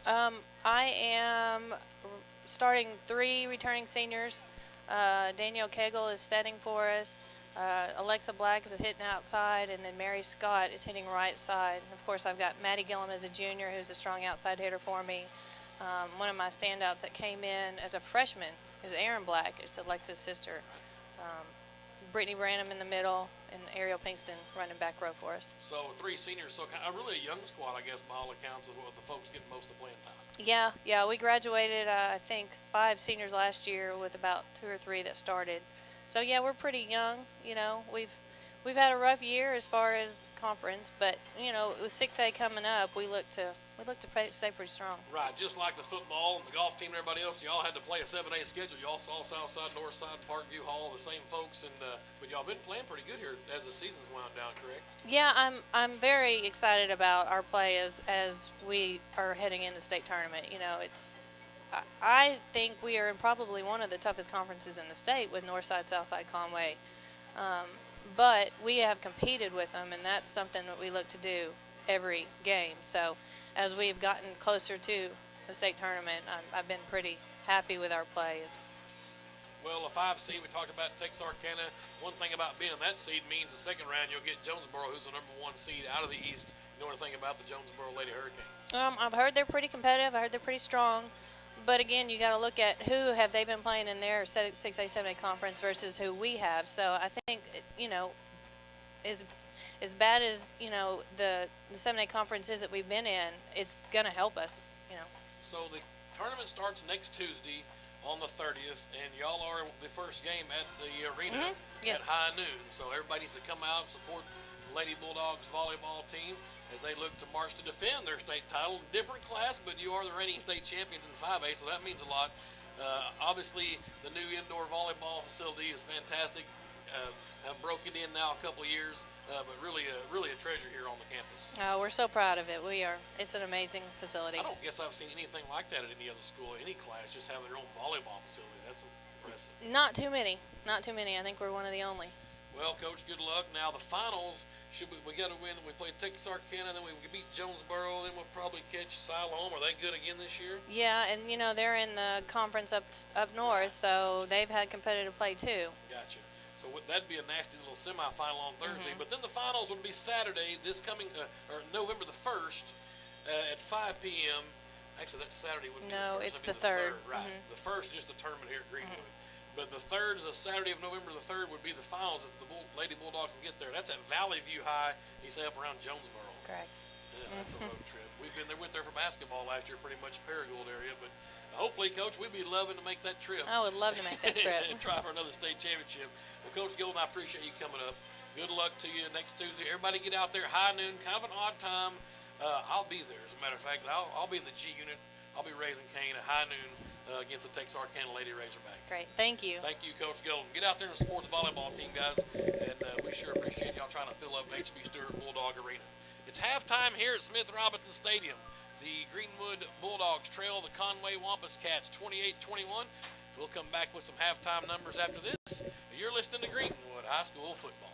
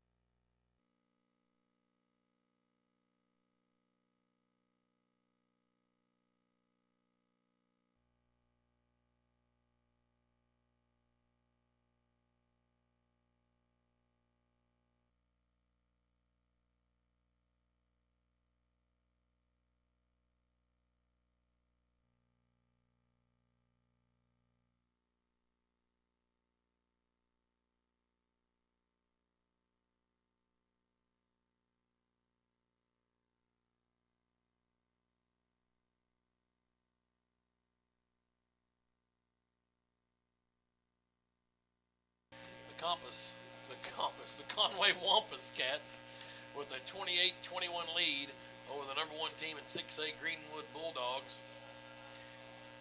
Excuse me, we tally up halftime numbers here, and it's been no secret that my man Jeff Anderson, the big running back for Conway, is having a ball game so far for Conway, and we're wondered on their opening possession if Coach Ashcraft knew he had the kid on the field as he tried to pass first a couple of plays, then ran a quarterback draw on 3rd down. Greenwood does their job, holds him to a 3-and-out, and then an illegal touching as Cisco was being blocked, was on the ground, the ball hit him in the helmet, and Conway got the ball back in a short field, went in to score, and that's really the difference in the football game. Now we talked about the botched onside kick attempt, but that early penalty as the Bulldogs had him on the 3-and-out.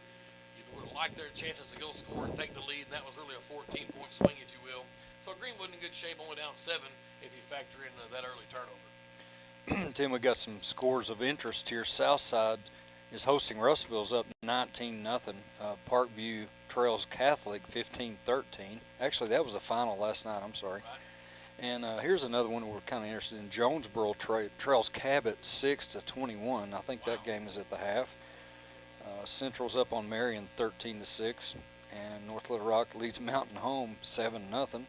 Kind of thought that would be like a 45-0 halftime score. But West Memphis and Searcy are knotted at 7. Well, the Jonesboro game is important for us because of home field advantage. They're the team in the 6A East, which is what we'll be in once playoff starts, if you can imagine. Just throw your maps out the window for a minute and work with me here on this postseason. We're in the 6A East when it comes to the playoffs, and Jonesboro and us are neck and neck as far as the first seed.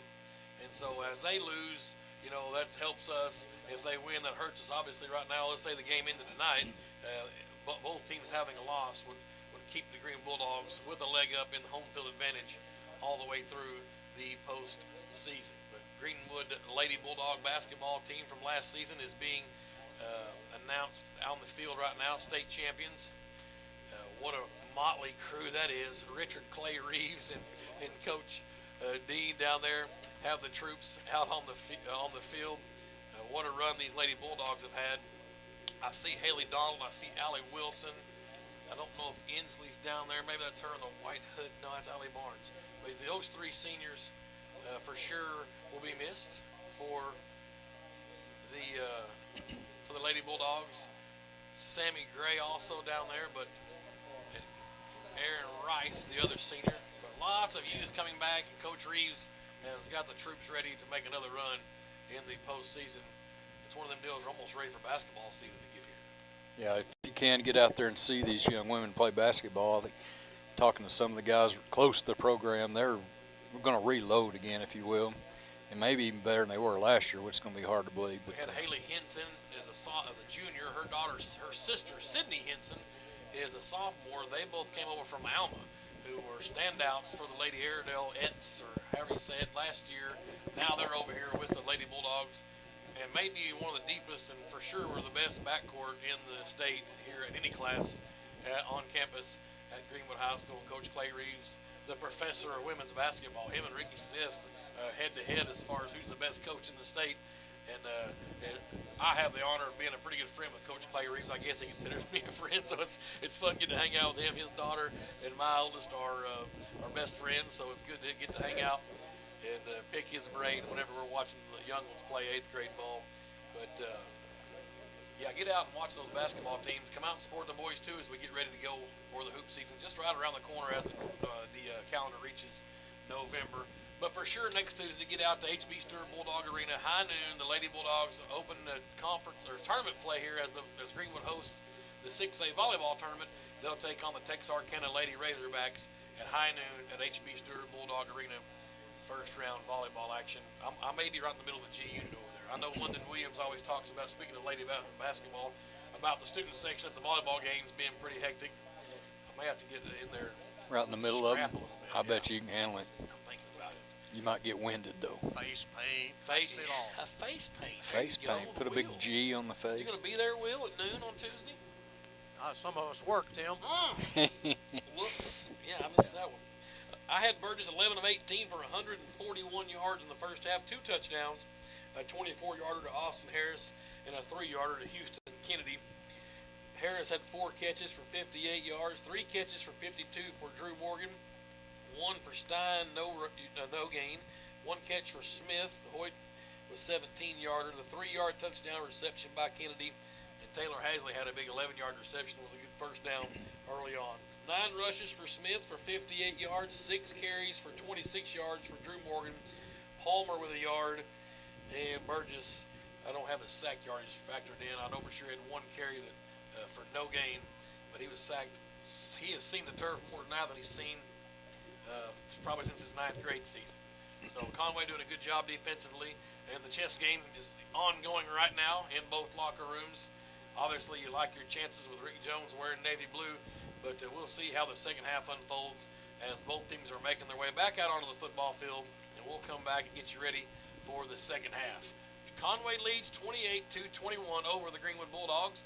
You're listening to Greenwood High School football.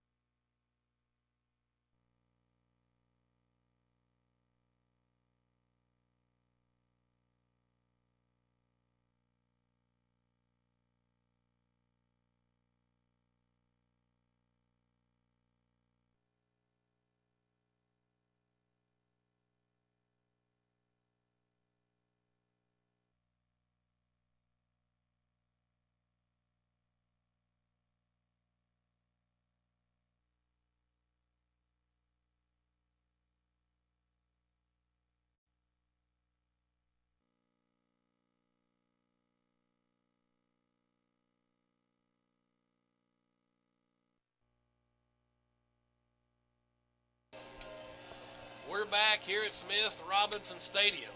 Both teams have made their way back out onto the football field. You know, Daryl, one thing I've kind of noticed, about time to repaint the old lady. The turf's getting kind of faded over here on the sidelines for sure. Well, this turf is, what, 8 years old now, Yeah, I guess? I think they put it down in I think the useful life is 10 to 12 max, so it will be time to replace it here in a couple years. That's right. 28-21 Conway leads. Here as we get ready to go for the third quarter. I didn't check and see if Conway was going to get the wind or not. You see which way they chose? Greenwood will get the football. Not, no. We'll keep an eye on this. They're going to kick towards the north, so Conway's going to take the win in the fourth quarter. So Greenwood will have it now with the win here in the third quarter. So that's what I would do too if I was Coach Ashcraft. I'd want it in the fourth quarter. I'd onside kick right here if I was him. So I think they're going to kick in this win, and Greenwood's going to get good field position. So I'm going to risk it. That's probably whichever team gets up 2 scores here in the second half's got a huge advantage. Yeah, if it happens, you're exactly right. I was talking to Bill Ginger at halftime. He said, "Typical Coach Ashcraft team, isn't it?" I said, "Yeah." I'd hand it number 22 every play. No question. Pit Bulls start playoffs tomorrow here at 10 a.m. By the fantastic. way, postseason. And we want to welcome home the 188th. My man Justin Bobbitt just sent me a text that the 188th has made it home. So welcome back, troops. Appreciate all you do for us over on foreign territory. Greenwood will have the football as we get ready to go here in the third quarter. Drew Morgan, Taylor Hasley back deep. Cummins has it teed up. Matthew Cummins for the Conway Wampus Cats at the 40. Into a pretty stiff breeze out of the north. The kick's away, and it's a high end-over-end kick. Morgan from the 16. 20, 25, bounces outside to the left side to the, can he get to the 30? Now wants to reverse field, he'll be swarmed under. The ball came loose. Conway's going to get it. Oh, goodness. That's trouble. The Conway sideline goes berserk, and it's Wampus Cat football at the Greenwood 29. It's just like an onside kick, wasn't it? Dang it. Well, the Dogs didn't need that at all. Drew lobbying that his knee was down, but the Zebras aren't buying it, and it'll be Conway football, 1st and 10 just inside the Greenwood 30. So, here come the Wampus Cats back out, and guess who's going to get this football right here? Number 22. I guarantee it, Jeff Anderson. He's in the pistol behind Rhodes. Wardlow is offset behind left tackle. Twins to the left side. And there's Anderson. Bounces beside the right guard. Across the 25, down near a first down, maybe 8 yards to the 23-yard line. Johnny Clemens will check in. And not sure who's came out. Maybe we'll keep 12 on there. Maybe we only had, oh, here comes Morgan. Morgan's got to get off. 2nd down and 3. Timeout called by Greenwood. Couldn't get the defense set, and this has not been a good night for either side of the football by these Bulldogs. We'll take a timeout with it with 11:20 to go, third quarter. Conway 28, Greenwood 21. You're listening to Greenwood High School football.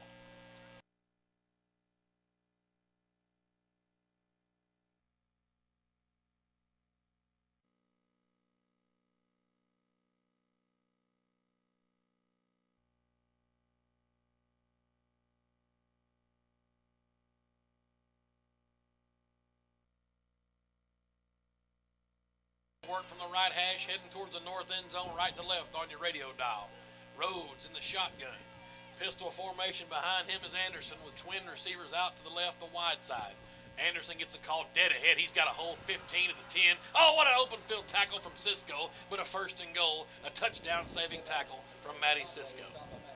Take my hat off to Mr. Cisco because Mr. Anderson was full bore speed when he was coming.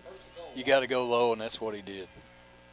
Cisco's got next level skills. I don't know how high, but he can definitely play some collegiate cornerback over there. 1st and goal, Wampus Cats at the Greenwood 9. Same formation, a pistol. Anderson about 3 yards behind Rhodes, who's in the shotgun about 5 yards deep.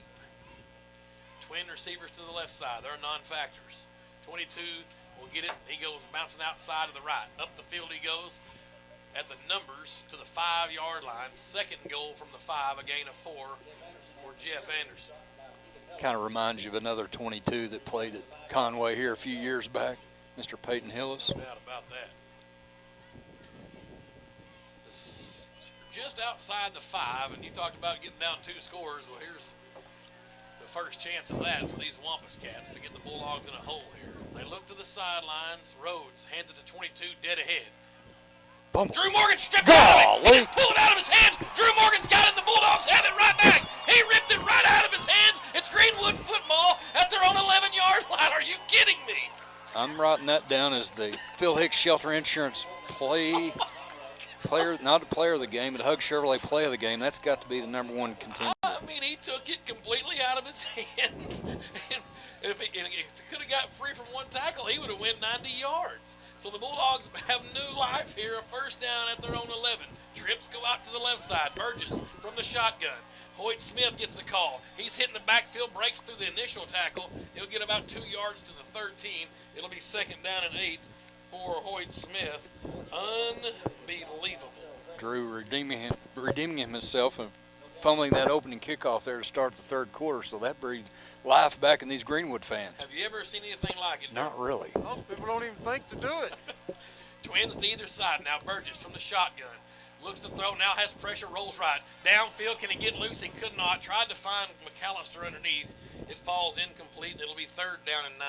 Only a 1-yard gain for Hoyt officially on that first carry. You know, crunch time, your big players step up and make big plays, and that's what it is. Almost like taking a handoff. It was crazy. He just took it right out of his hand, like taking candy from a baby. So 3rd and 9, the clock stopped with 9:47. Greenwood trails by 7. This is that spot last week we went for a 60-yarder against Southside early in that. Morgan goes in motion to the left. They fake it to him. Burgess underneath. Caught Wow, what a by catch. Harris. Forward it will be a progress. first down at the 22-yard line. A 9-yard pass and catch. What a catch from Austin Harris. Unbelievable. Gonna first down. Yeah, Darryl mentioned that earlier, that Austin Harris was going to be a factor tonight, and that was huge. His 5th catch. Burgess now from the right hash in the shotgun. Twins to either side. Hoyt Smith tries the call, short side. Looking for a hole, spins the 25 to the 28-yard line where he stood up there by a Wampus cat. The ball came loose, but he's down. It's a 6-yard carry for young Hoyt Smith. 2nd and 4 coming up for Greenwood. That ball's getting on the ground way too much tonight. Greenwood quickly to the line. Conway can't get any subs in. Burgess throws from the flat. Morgan's got it. Can he find a hole? He's not. He's taken down by the first defender. It's a 1-yard gain. It'll be 3rd and 3 on the reception for Drew Morgan out to the 30-yard line. You already started these critical 3rd down. You want to start them now? Clock running, 8:53. Greenwood trails by 7. We're in the 3rd quarter. Saul Palmer checks in. Johnny Clemens out. Morgan goes split out to the far side with Harris. It's Stein and McAllister near side over here on the Greenwood sidelines. Burgess from the shotgun. Sims, the center. He's got it. They give it to Hoyt. Wow, what a play call on 3rd down and short, a draw play. And he's got going to get a good spot from this near side judge, the 33-yard line, and that's going to be a first down. That was actually Palmer. Oh, was that Palmer? Yes, my bad. But a great spot. Palmer's 2nd carry will give him 3 yards. The chains will move, first down. Man, that was big right there. What a gutsy call from Coach Jones and Chris Young down there. Same formation. No Morgan comes over now. He's split out with McAllister, then Stein to the sidelines. Burgess in the shotgun. They move Hoyt out. He goes in motion, and an official comes in. Is this a timeout? It is a timeout called by Greenwood. They're first with 8:24 left in the 3rd quarter. We'll step away. Greenwood trails by 7 to Conway. You're listening to Greenwood High School football.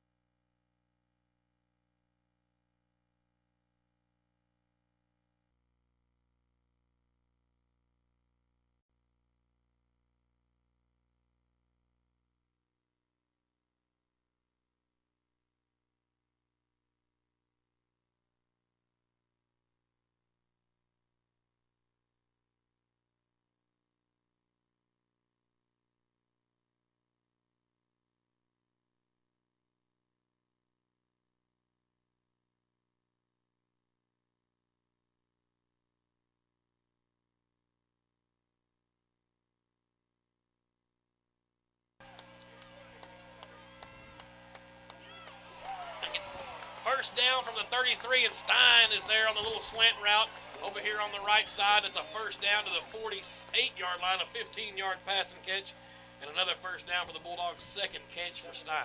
Mr. Burgess threw that one on the rope. Quickly, the Bulldogs up to the line. Stein's by himself near side, trips out to the left. Burgess to throw. Looking right. There it is again. Stein's got it again. Breaks the first tackle to the Conway 39-yard line. It's a 13? 14? 14. Let's give him 14. We're on the 48 to the 39. It's like an 11-yard gain. Another first down. I missed something in the chain move there, I believe, but another good catch from Jansen. First down, Jade to throw. Looking again to Stein. Has time now. He'll try to tuck and run. Oh. He's wrestled down. We'll give him a yard on the rush. He was looking for Stein again. Why not? Go with the hot hand. 2nd down and 9. Ball marked at the Conway 37-yard line. Clock running 7:44. Nice to have Stein there as a weapon. Everybody's focusing on Morgan, but McAllister's been kind of quiet. Maybe time to throw him on. For a long time. Time for 27 to go. Double stack formation. Burgess looking to throw. Has time now. Rolls right. Pressure coming. He'll have to get rid of it and does. There's Cole McAllister. Stays on his feet and bounds and gets a first down. That's what I'm talking about right there. Hugging the sidelines and gets down to the 27 37-yard line. It'll be a 10-yard gain for McAllister, his first catch in what seems like an eternity. But the chains will move for the Bulldogs to 26-yard line officially, so 11 yards for McAllister. From the right hash we go, Twins to either side again. Greenwood hurry up offense as usual. Burgess looks in the flat. Smith's got it. He's going to get hit hard. Just hold on to the football. Progress will stop at the 29, so a loss of 3 on that one. Conway's read that one all night. Second down, 13. Hope next time they bite on that and you throw it deep. Twins to either side. That's as Morgan goes out and joins Harris to the left. Burgess in the shotgun, still working from the right hash. Jabe, straight drop. Here comes pressure. That ball's tipped. Big 41 came flying in. That is Landon Hood. He's a junior. Got a paw up, and that's incomplete. Third down and 12 for Greenwood. I would think Greenwood's in field goal position here, but they don't want a field goal here. They want to tie this thing up 28 all. Line of scrimmage to Conway, 28. Twins again to either side. Same formation. Smith on Burgess's left side. Jabe to throw. Has time, now has to roll right. Looking, can he get it up on top to Stein? He's in a deep trouble and just goes down. Oh, and a flag comes out. That's a late hit as a cornerback took out Drew Morgan late, way back behind the play. Very interesting. Interesting call, but that's going to be an automatic first down if that's a personal foul. That's a tough break for Conway. That's number 29, Darren DeLeon. I don't know how you say it, but it's going to be unsportsmanlike on Conway. Way back behind the play as he gave Drew Morgan the business. Oh, holding they call, defensive holding. That should be automatic first down, correct?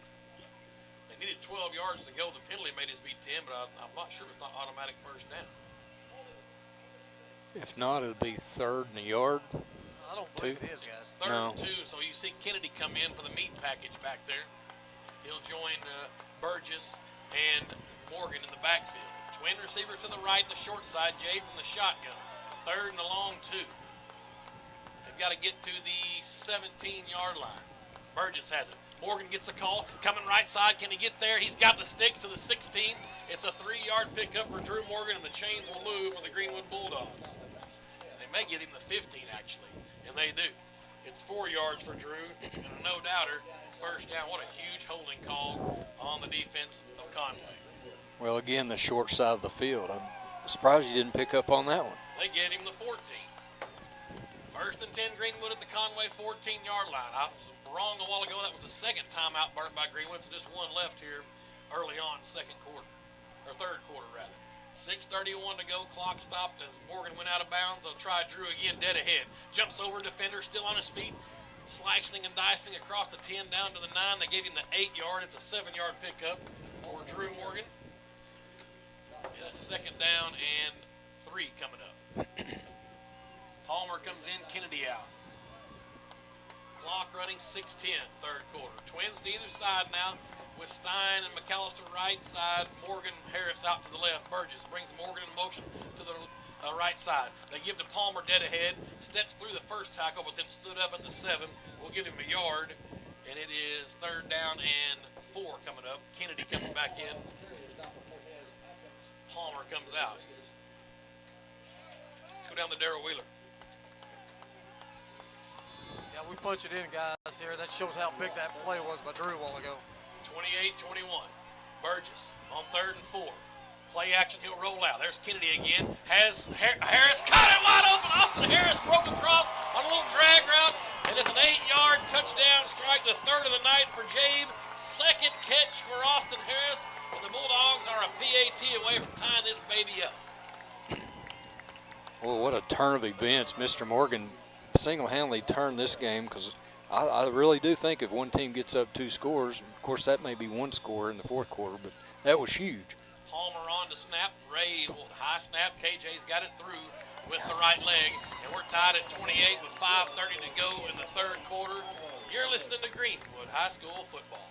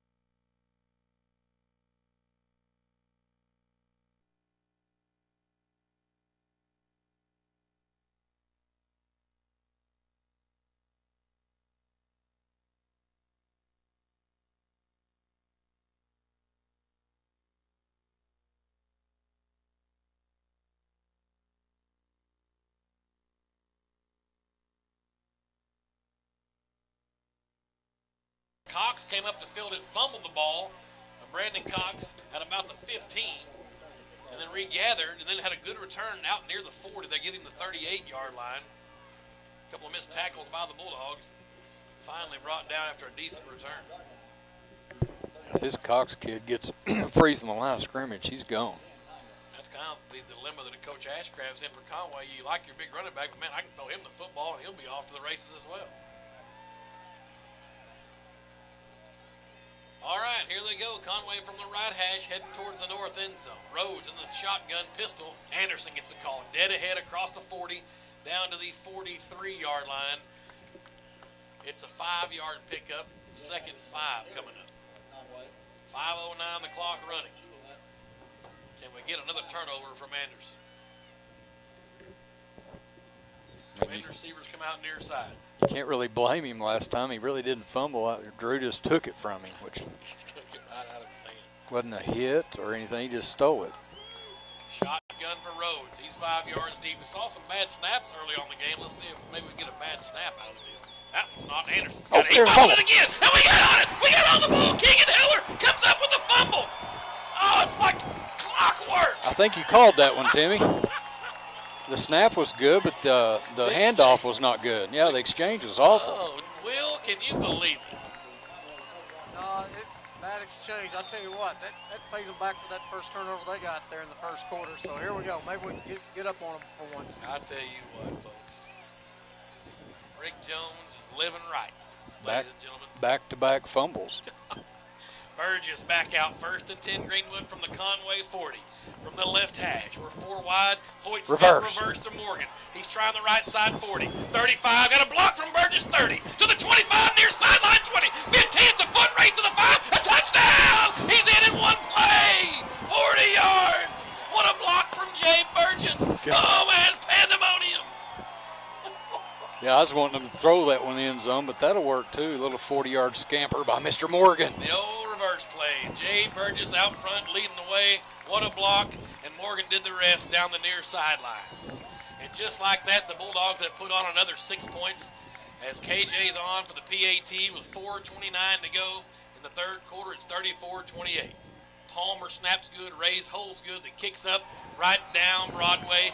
35-28. We'll keep it right here and go down to Darrell Wheeler. I tell you what we're doing right now, you're seeing Greenwood football at its best. We're using our big receivers on the outside. We've got all 3 receivers involved in that last drive, and then give them a big dose of Drew Morgan. Yeah, it's exactly right. If I was the opposing coach, I don't know what you do against him. Drew waiting for those blocks to set up really nicely and then turned on the burners, and you know what he can do when he turns on his burners. Okay, baby, now the Greenwood crowd's into it. Woke them up. They're not frozen anymore. 35-28.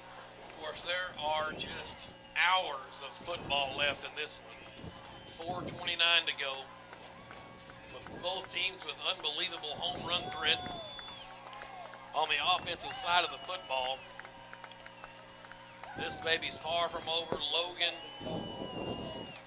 Flat is in to kick for Greenwood. Looking for the touchback. Coach Jones went with it, and Cox fields it at the 3. To the 10, looking, paper toes, breaks a tackle at the 13. Finally swarmed under down at the 14-yard line. The Bulldog kick team down there. Mike Nelson leading the way with Pierce. Fantastic coverage. That's Nathan Pierce. Austin Garnes out there as well. Sykes. I'm going to give him the 15.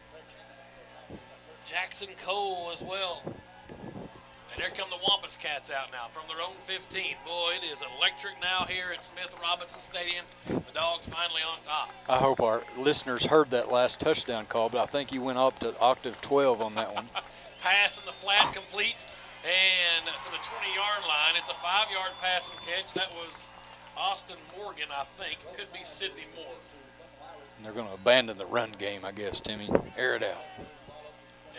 And Mr. Bridges, the PA guy, gave me a different name than the 2 6s I have. They may have 3 6s. So 2nd and 5 for Conway at their own 20. Shotgun for Rhodes. Anderson dots the I back in the pistol. He went in motion early, no call. They throw in the flat, it's complete. Hasley. And a good open field tackle from Hasley. A 2-yard gains, 3rd down and 3 for Conway at their own 22.5-yard line. I'll tell you what, Hasley had a pretty severe ankle injury Tuesday in practice, and it's sure not affecting him any tonight. I thought Anderson took a stutter step early before the snap. Should have been a 5-yarder. This Greenwood crowd is going bananas here, protecting the 32-game win streak. 35-28 Greenwood lead. Shotgun for Rhodes. They give to Anderson. Looking for a first down. Second effort. Got him a first down across the 25 to the 26-yard line. On the stop was Johnny Clemens. Shibblehut was there as well, but the chains will move for the Wampus Cats. With 3:06 to go, they'll wind it once the chains are set. Twin receivers come out to the left, the wide side for the Wampus Cats as they head right to left. Rhodes from the shotgun, Anderson behind him. He's got it, and they look to throw on the flat. Complete to Cox. Ray with an awesome play, got off his block. Hasley came up as well. A gain, though, to the 32-yard line of 6 yards, 2nd and 4 coming up for Conway. I guess Coach Ashcraft's content of running that same play out in that flat till we stop it, but hopefully don't abandon the running game this early. Well, a couple of fumbles in a row by Anderson. He's left him out to dry. Rhodes from the shotgun. It's going to be in the flat this time. Far side, Cox again has it. And what a tackle from Taylor Hasley. It may be first down yardage, but Taylor with an open field trip up of Brandon Cox. They will move the chains, I believe, for Conway. But this first down, it is a first down. It's better than the 6 points that he got free. You know, Will, Coach talked about the rubber band defense last week. Bend, don't break. This is kind of what you want to get into right here. Yeah, that's exactly right. I'll tell you what, we've been waiting on a game like this all year, guys. You're exactly right, too, Darryl. 2:12 to go, clock running. Greenwood leads by 7. Anderson gets the call. Dead ahead. Jumps over the pile. He stood up at the 39. Bulls his way near the 40. Will give him 3 yards. 2nd and 7 coming up for Conway. I heard those pads pop up here in the box. Coach in there along with Heller, Shibblehut, Palmer. I mean, you can name all 6 of those guys about every play. Well, if Greenwood gets a stop here, that'll be huge as well. We'll say huge how many times between now and when this one's over. Minute 40 left. Greenwood leads by 7. Here we go. 2nd and 7 for the Wampus Cats. Cody Rhodes in the shotgun. The pistol behind him is Jeff Anderson. Hasley comes up showing a little pressure. Drew looking to blitz. Pass time for Rhodes. He has pressure. Now he'll tuck and run. Tripped up in the backfield. Who got him back there? Morgan and Drew then was there. That is Drew. You're exactly right. And McAllister. Heller finished him off. Yeah. Loss of 1, a sack officially, so 3rd down and 8. It was a coverage sack, but Drew Morgan was in there on the blitz. I tell you what, Hasley and Ray and Johnny Clemens and Cisco is a fantastic defensive backfield with speed and technique. Tough going in that deep if you're a receiver for the opposition. Now straight shotgun. Rhodes has a throw on 3rd and long. He'll wind up and look to throw down the middle. Intercepted on the tip by Hasley at the 40. Steps over a man, 45. Greenwood's got it again. But Dale had a pick and it went right out of his hands, and Hasley was there to scoop it up, and the Bulldogs have the football again. 1st and 10 at their own 46-yard line with 41 seconds left here in the 3rd quarter. Wow. Well, Conway with 3 possessions here in this 3rd quarter and 3 turnovers. Man, you're just playing with a lot of... Taylor Hasley's putting his name on the list for the player of the game, sponsored by Phil Hicks Shelter Insurance. He's been spectacular tonight. 1st down Bulldogs. Here comes Burgess. He's leading the troops out. The 3 sophomores up front with Thompson and McCutcheon. Bert Jabes got it. Flags fly. We're in motion early with 40 seconds left. It'll be a 5-yarder on the Bulldogs. And those are the ones that will drive Coach Jones crazy. Yeah, I think Hoyt just got a little anxious. He wanted the ball, guys. That's twice tonight. You'd like to see that, by the way. But that's twice he's got a little antsy back there. Senior night, pink out, breast cancer awareness night. And a lively crowd. The ball game at Donnybrook here, 35-28 Bulldogs lead. They trail most of the night. looking to tack on 7 more here as they've got it back after another Conway turnover. Burgess to throw on 3rd and 15. Has time, swarmed under, the ball's loose. Sims gets on it. Wow, what a play from Colton Sims, the big center. Heads up there to fall on it at the 40-yard line, called the 39. They move it back to a loss of 1, 2nd and 16 coming up. 2nd and 17, rather, excuse me. 20 seconds left here in the 3rd quarter. Last play with the win for the Bulldogs. McAllister and Morgan switch spots. 10 seconds. Jabe to throw on 2nd and long. Looks in the flat. There's the tunnel screen. Morgan. Can he get free? Oh. He cannot. Good defense, but could not get a block there. They gave him the 44. That's a 5-yard pass and catch. And the Bulldogs go into the 4th quarter with a 7-point lead. They'll be looking at a 3rd down and 12 as we come back. Greenwood leads 35-28 over Conway. You're listening to Greenwood High School football.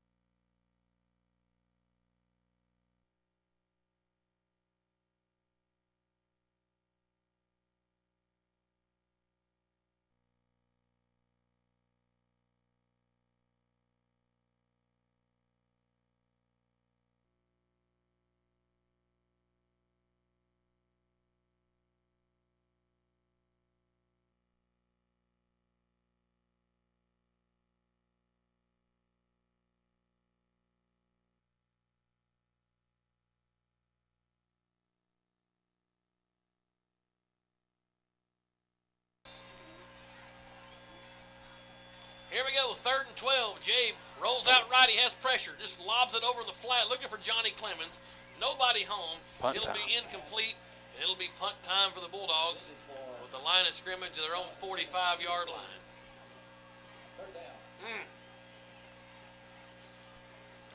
Yeah, that would have been a big one there.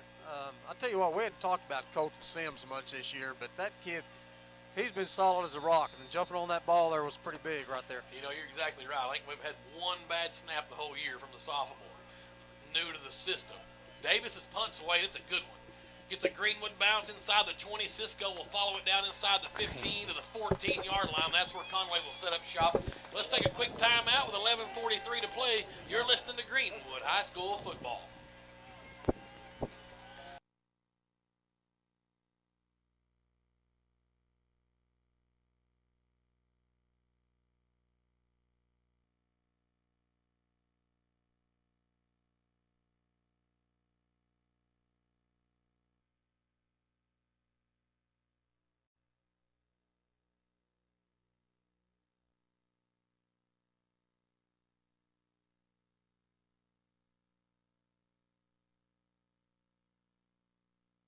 Cats on 1st down. Give it to Anderson. He's out to the 18-yard line. It's a 4-yard gain, 2nd and 6. My man Taylor Hasley on the stop once again for Greenwood. Yeah, Taylor's played a fine ball game, been everywhere. So Rhodes from the shotgun. Pistol formation, Anderson behind him. They work from the right hash. We've swapped ends. They have the win now here in the 4th quarter as they go 2nd down. Oh, jumped offside. Hard count, and it's Shibblehut jumped across, and he knows he's going to get it in film on Sunday. As you can tell, his disgust, he slapped the turf. So it'll bring up 2nd down and 1 now. The 5-yard penalty must go down to Darrell Wheeler. Yeah, I'm sure he can hardly wait to get in film Sunday after that. But, you know, in a game like this, I mean, you just got to keep your composure, keep your focus. Let's get it done right here. That's right. 11:05 to go, clock running. Greenwood leads by 7. Rhodes from the shotgun. Wardlow's offset at fullback behind left tackle. Anderson dots the pistol formation. 2nd and 1 as Big 22's got it. Justin Coach came flying through. He got 1st down yardage or right at it. I don't know, maybe short.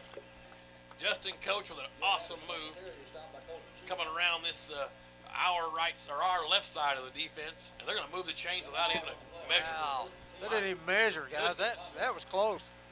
He's across the 24. Goodness. A fresh set of downs for Conway. With 10:47 left to go here in the ball game, the clock winds now. The chains are set. Well, it started on the 14, so. First down, Conway. Pistol formation, Rhodes back there, and he'll give to Anderson, dead ahead behind his center. Bulls his way forward to the 29-yard line. That's a 5-yard pickup, second down and 5 coming up for Conway. Got to like the call there by Coach Ashcraft, not abandon that run. I think that's his best chance for success. He hadn't had too much success throwing the ball with 2 fumbles and interception here in the third quarter. You know, and Anderson gave the ball up a couple of times there, and he did get away from him. I guess I can see that point, but you cannot just totally leave them. No, now they've got somebody else. Yeah, that's little Cox back there, the receivers in the backfield now for Conway, and Rose gives it to Cox. You're not going to run wide on Greenwood. And Morgan, oh, what a play in the backfield. Why not? 22's running it down your throat. Let's give it to 3. It's a loss back to the 25-yard line. A 5-yard loss, third down and 10. Unbelievable. Yeah, that's one thing you don't do on this Greenwood defense is run wide. Cisco had him there, forced him outside. Then Morgan somehow showed up out there and got him down on the ground. 9:38 to go. Greenwood with a lead of 7 and a third and 10 now for Conway. Anderson's back in there. Shotgun now for Rhodes. He'll have to throw. Pressure comes from Voda. He unloads downfield, and it's way over the top of Quentin Wyrick, his receiver. And now punt time for the Wampus Cats. And let's see if Greenwood can convert now after holding on down the Wampus Cats on downs here. Jones and Kennedy both come out this time to return the punt. More of our normal punt return look. It's been kind of hectic. It seems like every punt trying to figure out if they're going to go for it or not. Now both players drop back to their own 44-yard line. Their punter is Ellis that kicks away. Kennedy fair catches it at the 46-yard line. So the Bulldogs 54 yards away from a 2-score lead. Let's take a timeout. You're listening to Greenwood High School football.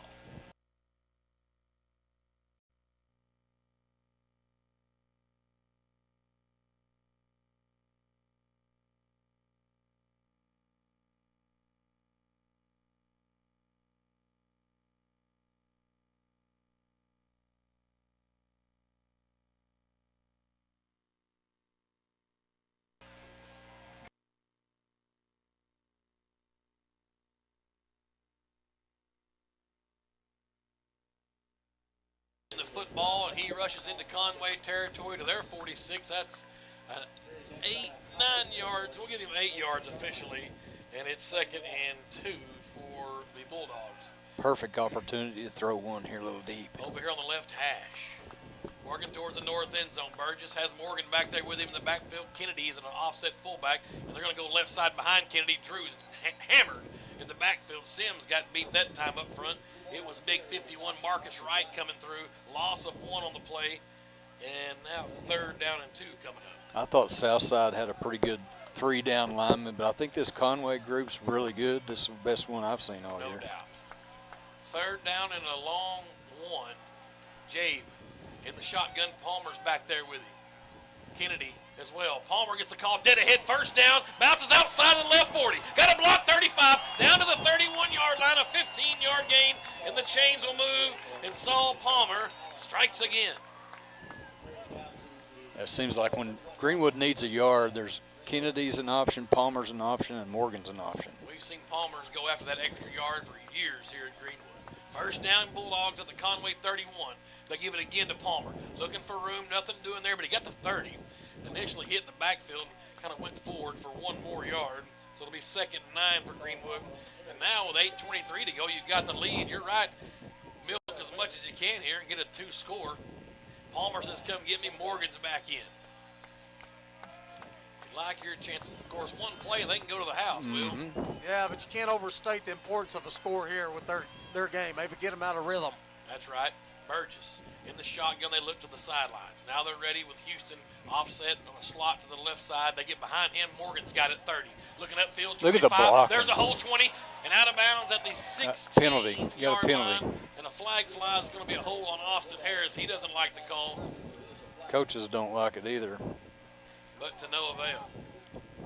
And it will be a hold on the Bulldogs. So this one will come back. Spot of the foul, the flag lays at the 23-yard line. Second Back to the 33. It'll be what, second and 12? 12, yep. 7:54 left on the game clock. Greenwood leads by 7. And you're right, the kicking game's really a wash here as their kickers showed signs of brilliance with his foot, at least their field goal kicker, PAT kicker. So you'd like to get a score here, a touchdown, and make them have to score twice. Burgess from the shotgun as they work from the left hash. McAllister goes over to the right with Stein. That's Morgan in the backfield with Jabe. Harris near side. Let's see, look at Austin Harris here. They swap. Now Kennedy goes over behind the right guard. It's Morgan gets the call. Bouncing around, finally has room 30 to the 29. Bulls his way to the 28-yard line. He picked up 4. Couldn't find that hole. It'll be 3rd down and a long 8 for Greenwood, or a short 8 rather, long 7. Probably 4 down territory here. 7:34, the clock ticking away. Bulldogs with just one timeout left. Conway with all 3. Greenwood leads 35-28. Twins out to the left, the wide side. Burgess in the backfield with a shotgun. Again, Drew Morgan. Student body left. Cuts up the field, 25 to the 20, down to the 19. That's a 1st down for the Bulldogs. A 9-yard pickup for Drew Morgan, and the chains will move. That is a humongous carry right there. Coach staying on the ground on 3rd and long. Morgan out. Palmer back in. Clock stopped as they set the chains, and they're ready. And now they wind it. Coming up on 7 minutes left here. Greenwood up by 7. They work from the left hash. McAllister and Austin Harris split out to the near side. Stein way out to the right. Burgess deliberate in the huddle with 9 on the play clock. Now Palmer behind him. Jay from the shotgun gives it to Palmer. He cuts out left side 20, makes a man miss to the 15, down to the 14-yard line. That's 6 yards for Saul Palmer. It's 2nd and 4, and the clock running. And Coach Ashcraft sees his upset bid just winding down with every tick of the old scoreboard down in the north end zone. 6:36 to play. Well, if you're up and you can run it late in games, you're going to win ball games. And that's exactly what Greenwood's doing right now. It's almost like the Southside game was a chance to audition our running game. Right. And it worked. 322 yards on the ground. Tick-tock, tick, play clock's at 9. Now they break huddle. Shotgun for Burgess. Saul Palmer back there with him. Palmer gets the call. 15, bounces outside of the left to the 10, down to the 9. Another 1st down, a 5-yard gain for Palmer, and a 1st and goal for the Bulldogs. 6:08 left. Let's go down to Darrell Wheeler. Yeah, I saw Palmer doing his best Robert Newhouse impersonation now, guys. Hey. Oh, There we go. Robert Newhouse. Yeah, baby. Yeah, the Saul train is back. The Saul train. That's what I'm saying. What was that old boy's name? Don Cornelius. He passed away this last year, I think, or this year. They wind the clock. Change of sets at 6 minutes now. 19 on the play clock. Under 6 minutes. Burgess talks to the lineman in a little mini huddle. Kennedy's behind the left tackle, about a yard deep. Morgan back there with Jabe. It'll be Drew Morgan. No, Jabe he did give it to the 5-yard line. He gained 4 yards for Morgan. 2nd and goal from the 5. Jabe's going to pull that in a minute and walk in. You watch. 5:35 left. James has been hit enough tonight. I'm not sure he wants to pull one. I can't say that I blame him. Yeah, you tip your hat to this Wampus Cat defense. That front 3 is impressive. I think Morgan's been hit quite a few times as well. He's probably saying, keep it once, Jabe. Let's go. 5:15 clock running. Play clock's at 7. From the left hash on 2nd and goal at the 5. They give to Morgan looking left side, bouncing out to the corner, steps over a man. Here comes another flag. They're going to get Waldemar with a hold, and he can't believe it. In the backfield. He was coming to the sidelines to give 5s. I don't think that was a tackle. I think you call it a pancake. So holding is the call. It came out from the white hat, so a 5-yard pin or 10 yards from the spot of the foul will move it back to the 16-yard line. Ouch. 2nd and goal. I want to thank Burgess Communication for all their help with the football broadcast. Your authorized AT&T wireless retailer in the River Valley. Well, see Dane Burgess and his staff here in Greenwood, 1435 West Center, 2700 South Zero in Fort Smith. 2nd down and goal at the 16. Greenwood from the left hash. Burgess in the shotgun. Twins come out to the left short side. Morgan's back there with Jabe on his right, and then Stein wide to the other side. Jabe to throw. Kennedy in the flat. He's got it to the 10. Go! 4-5, wide open, touchdown! Did you see the block Mr. Stein put on him? Oh my gosh, at the goal line. 16-yard touchdown pass. What a play call from Rick Jones. Kennedy with 2 catches, 19 yards, 2 touchdowns, and the Bulldogs light the light again, 41-28 with 5 minutes left in the football game. The only pass play in that humongous drive. Kevin Jones on for the PAT. Good snap, good hold. The kick is up, and that's right down Las Vegas Boulevard. 42-28. You're listening to Greenwood High School football.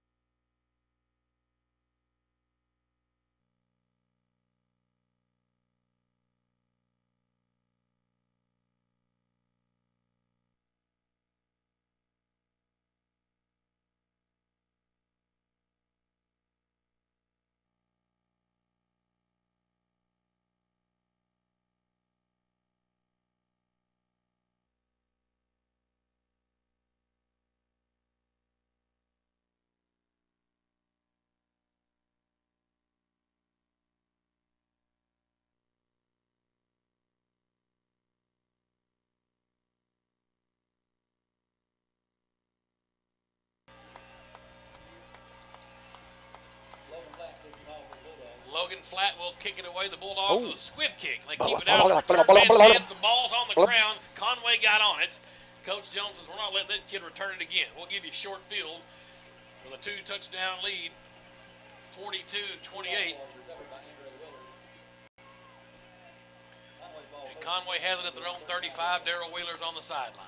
Yeah, I tell you what, everything going the Bulldogs' way right now, and I just got an update, 38-6, Cabot over Jonesboro. Hey, so if the Bulldogs can hold on here, they'll have home field advantage wrapped up for the postseason. Regardless of what happens next week. That's right. 1st and 10 Conway from their own 35-yard line.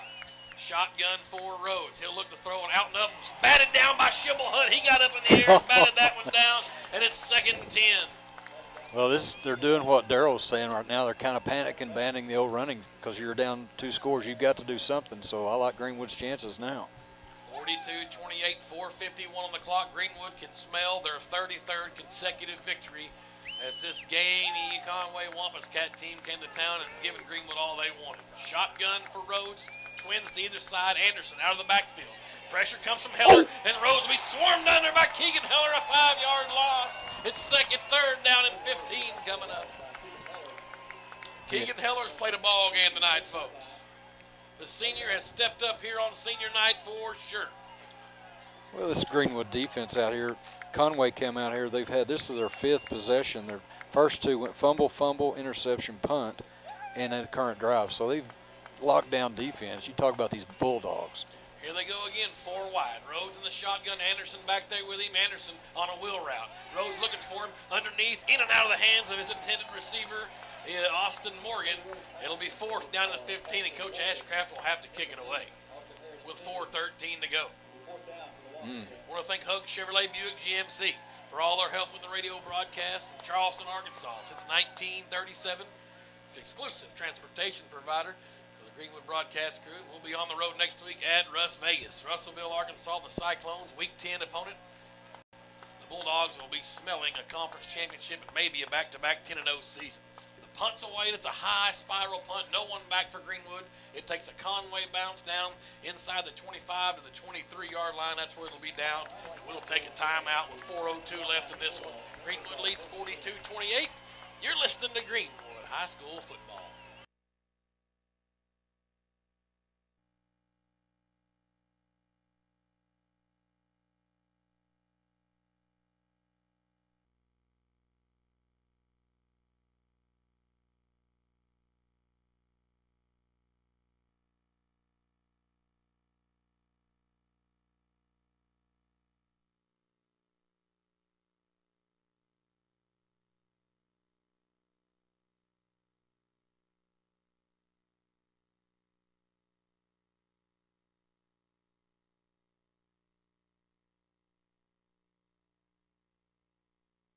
20-yard line. It's Drew Morgan. He gets the call around the left end. He's across the 25 up to the 27-yard line. It's 3 yards for Drew Morgan. And the Greenwood Bulldogs are content to put this thing on the turf and just let the air out of the football. 3:40 to go. Bulldogs lead by 14.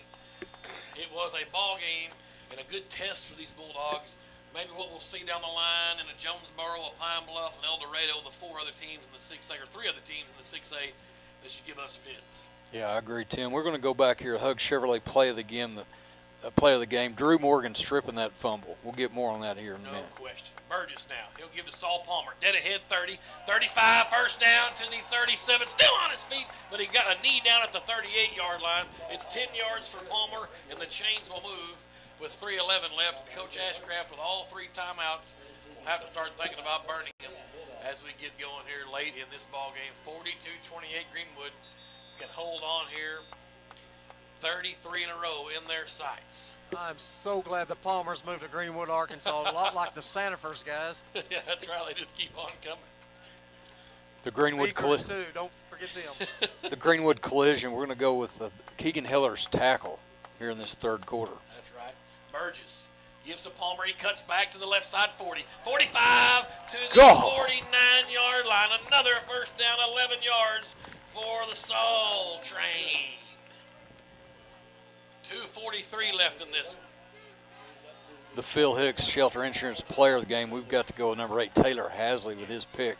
He's been good. He's been in on a lot of A tackles. lot of tackles and a pick, but he got the Phil Hicks Shelter Insurance Player of the game. 1st and 10. I'll tell you, Saul Palmer's wanting to make a bid for it, but I like Hasley tonight. He's been good defensively. 1st and 10 Greenwood at their own 49.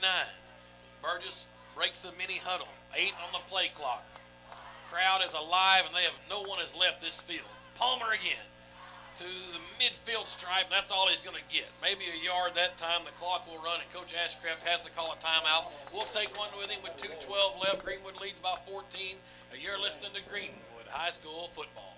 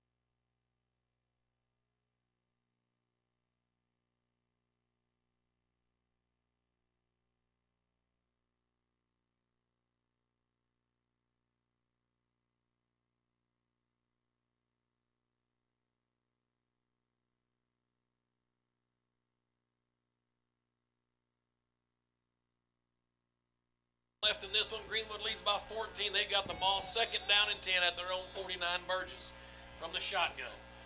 Twins to the near side. Kennedy's behind left tackle and in a slot back position. That's Drew Morgan back there with Jay Burgess.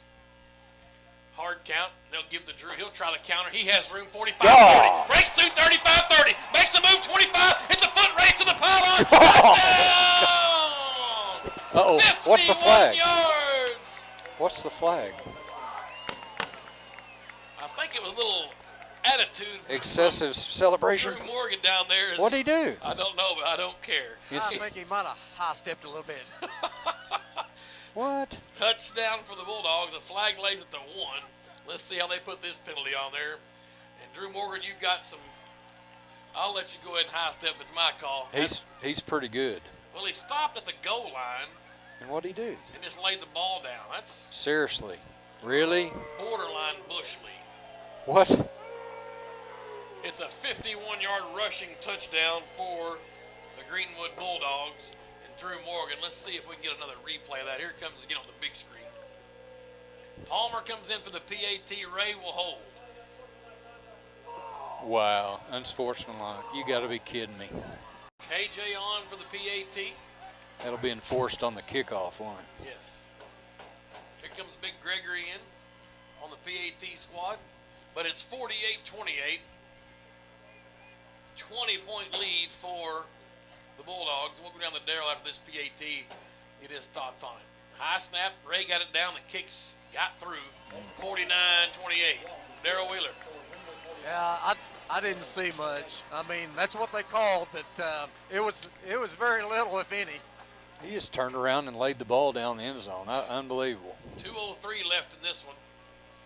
And we'll keep it right here. I know we owe you a couple of breaks. They'll move this back at the kickoff, 15 yards. Here comes the replay on the Jumbotron. We'll see what Drew did.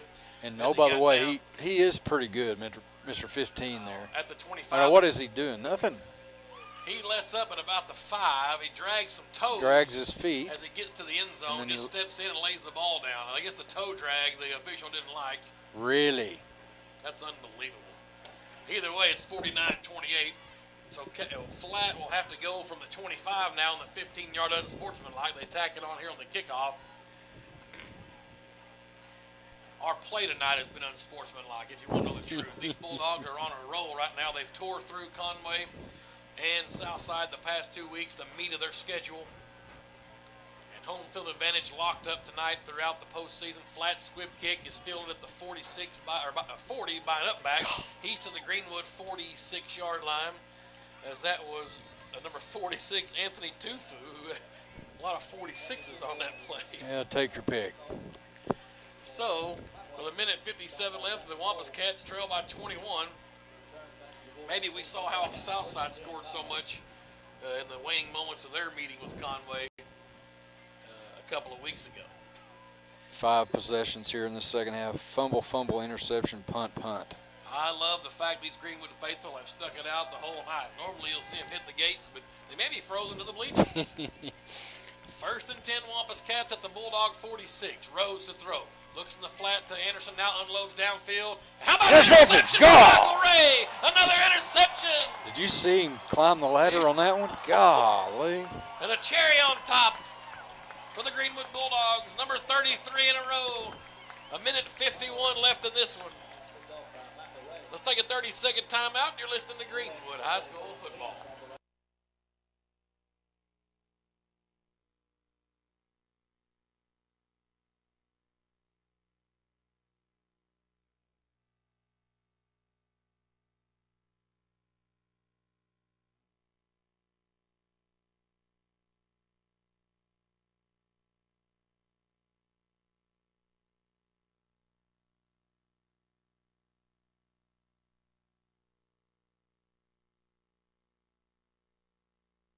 Greenwood from their own 33. They give it to Saul Palmer. He's out to the 41. That's 8 more yards for the Saul train. The clock is winding down here with a minute 36. Yeah, I'll say it, Tim. Fire up the buses.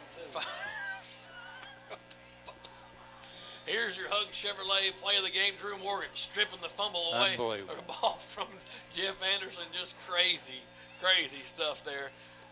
Greenwood fixing to go down 2 scores, and that turned the game around 180 degrees. Now 2nd and 2 Bulldogs from their own 41.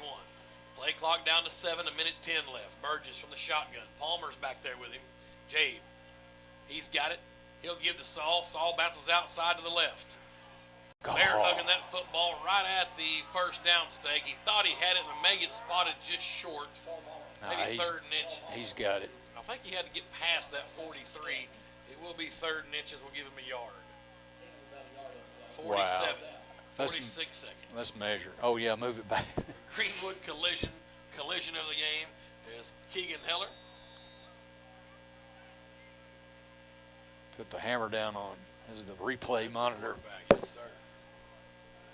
3rd and inches now for the Bulldogs at their own 42.5-yard line.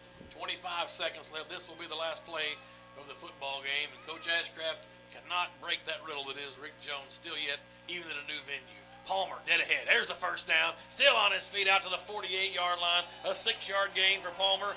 And that, ladies and gentlemen, is number 33 in a row for the number 1 team in 6A, the Greenwood Bulldogs, facing their toughest adversity since Little Rock Parkview, and come out with a 21-point win, 49-28 as they took over in the fourth quarter. What a fabulous, fabulous victory here at home. Coach Jones moves to 102-16, 57-5 in conference. 57-5. I believe. Unbelievable. We'll take a timeout. We'll come back, and Darrell will have the top dog, Rick Jones. After this, the Greenwood Bulldogs win 49-28. You're listening to Greenwood High School Football.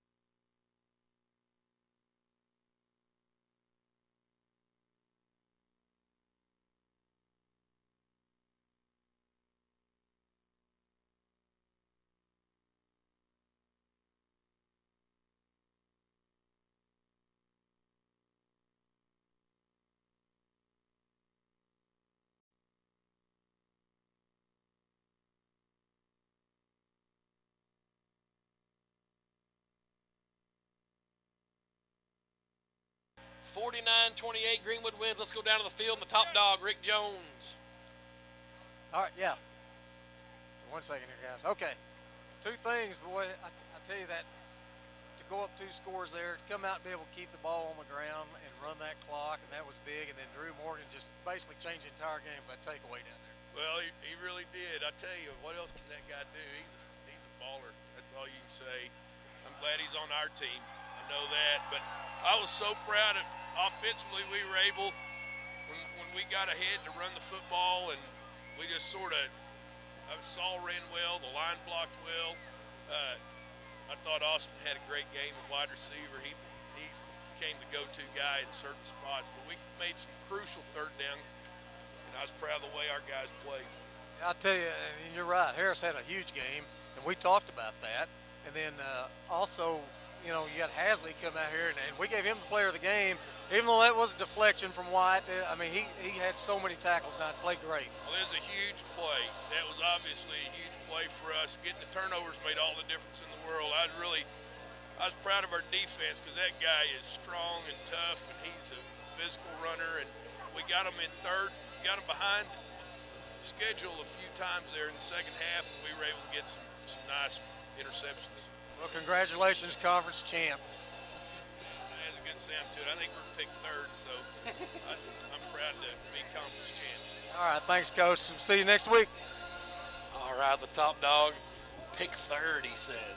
So it stung a little bit, I guess, when the preseason numbers came out. But the Bulldogs win the conference championship, 33 straight victories. They're 9-0 on the season, and regardless of a win or loss next week, obviously a one-loss Greenwood team would be tied with Conway and Southside if they win next week. Actually, Conway has 2 losses now, so they're out of the picture. But we'll be tied with Southside, of course, head-to-head. They get the championship, or at least a 1 seed. So a conference championship tonight for the Greenwood Bulldogs. That's what their 5th or 6th straight conference title. Even moving up in class. Let's see, 3, 4, 5. Yeah, 5 straight for sure. And 33 straight wins for this franchise. And what a great win tonight. A big win for these Bulldogs. Conway, bruiser, big bruising squad. It's almost like Southside gave us a good blueprint of what to do last week. And the Bulldogs came through tonight. Turnovers again were key. The Bulldog defense, I don't know how many they've created the last couple of weeks, but it's up like 14 or so. Just people keep turning the ball over against Greenwood. And, man, the sun is shining bright in Greenwood, Arkansas right now, even at 9:30 at night or whatever time it is. Yeah, 9:30 as a matter of fact. Well, the game turned, in my opinion, is, we were going to take the opening kickoff there in the 3rd quarter. They kicked to Drew Morgan. He fumbles it. There's Conway on our 30. When they run, 3 plays and get down there by the goal line, and Drew Morgan goes in there and snatches the ball away from this big bruising running back, turns the game, and Greenwood goes, they go 77 yards there.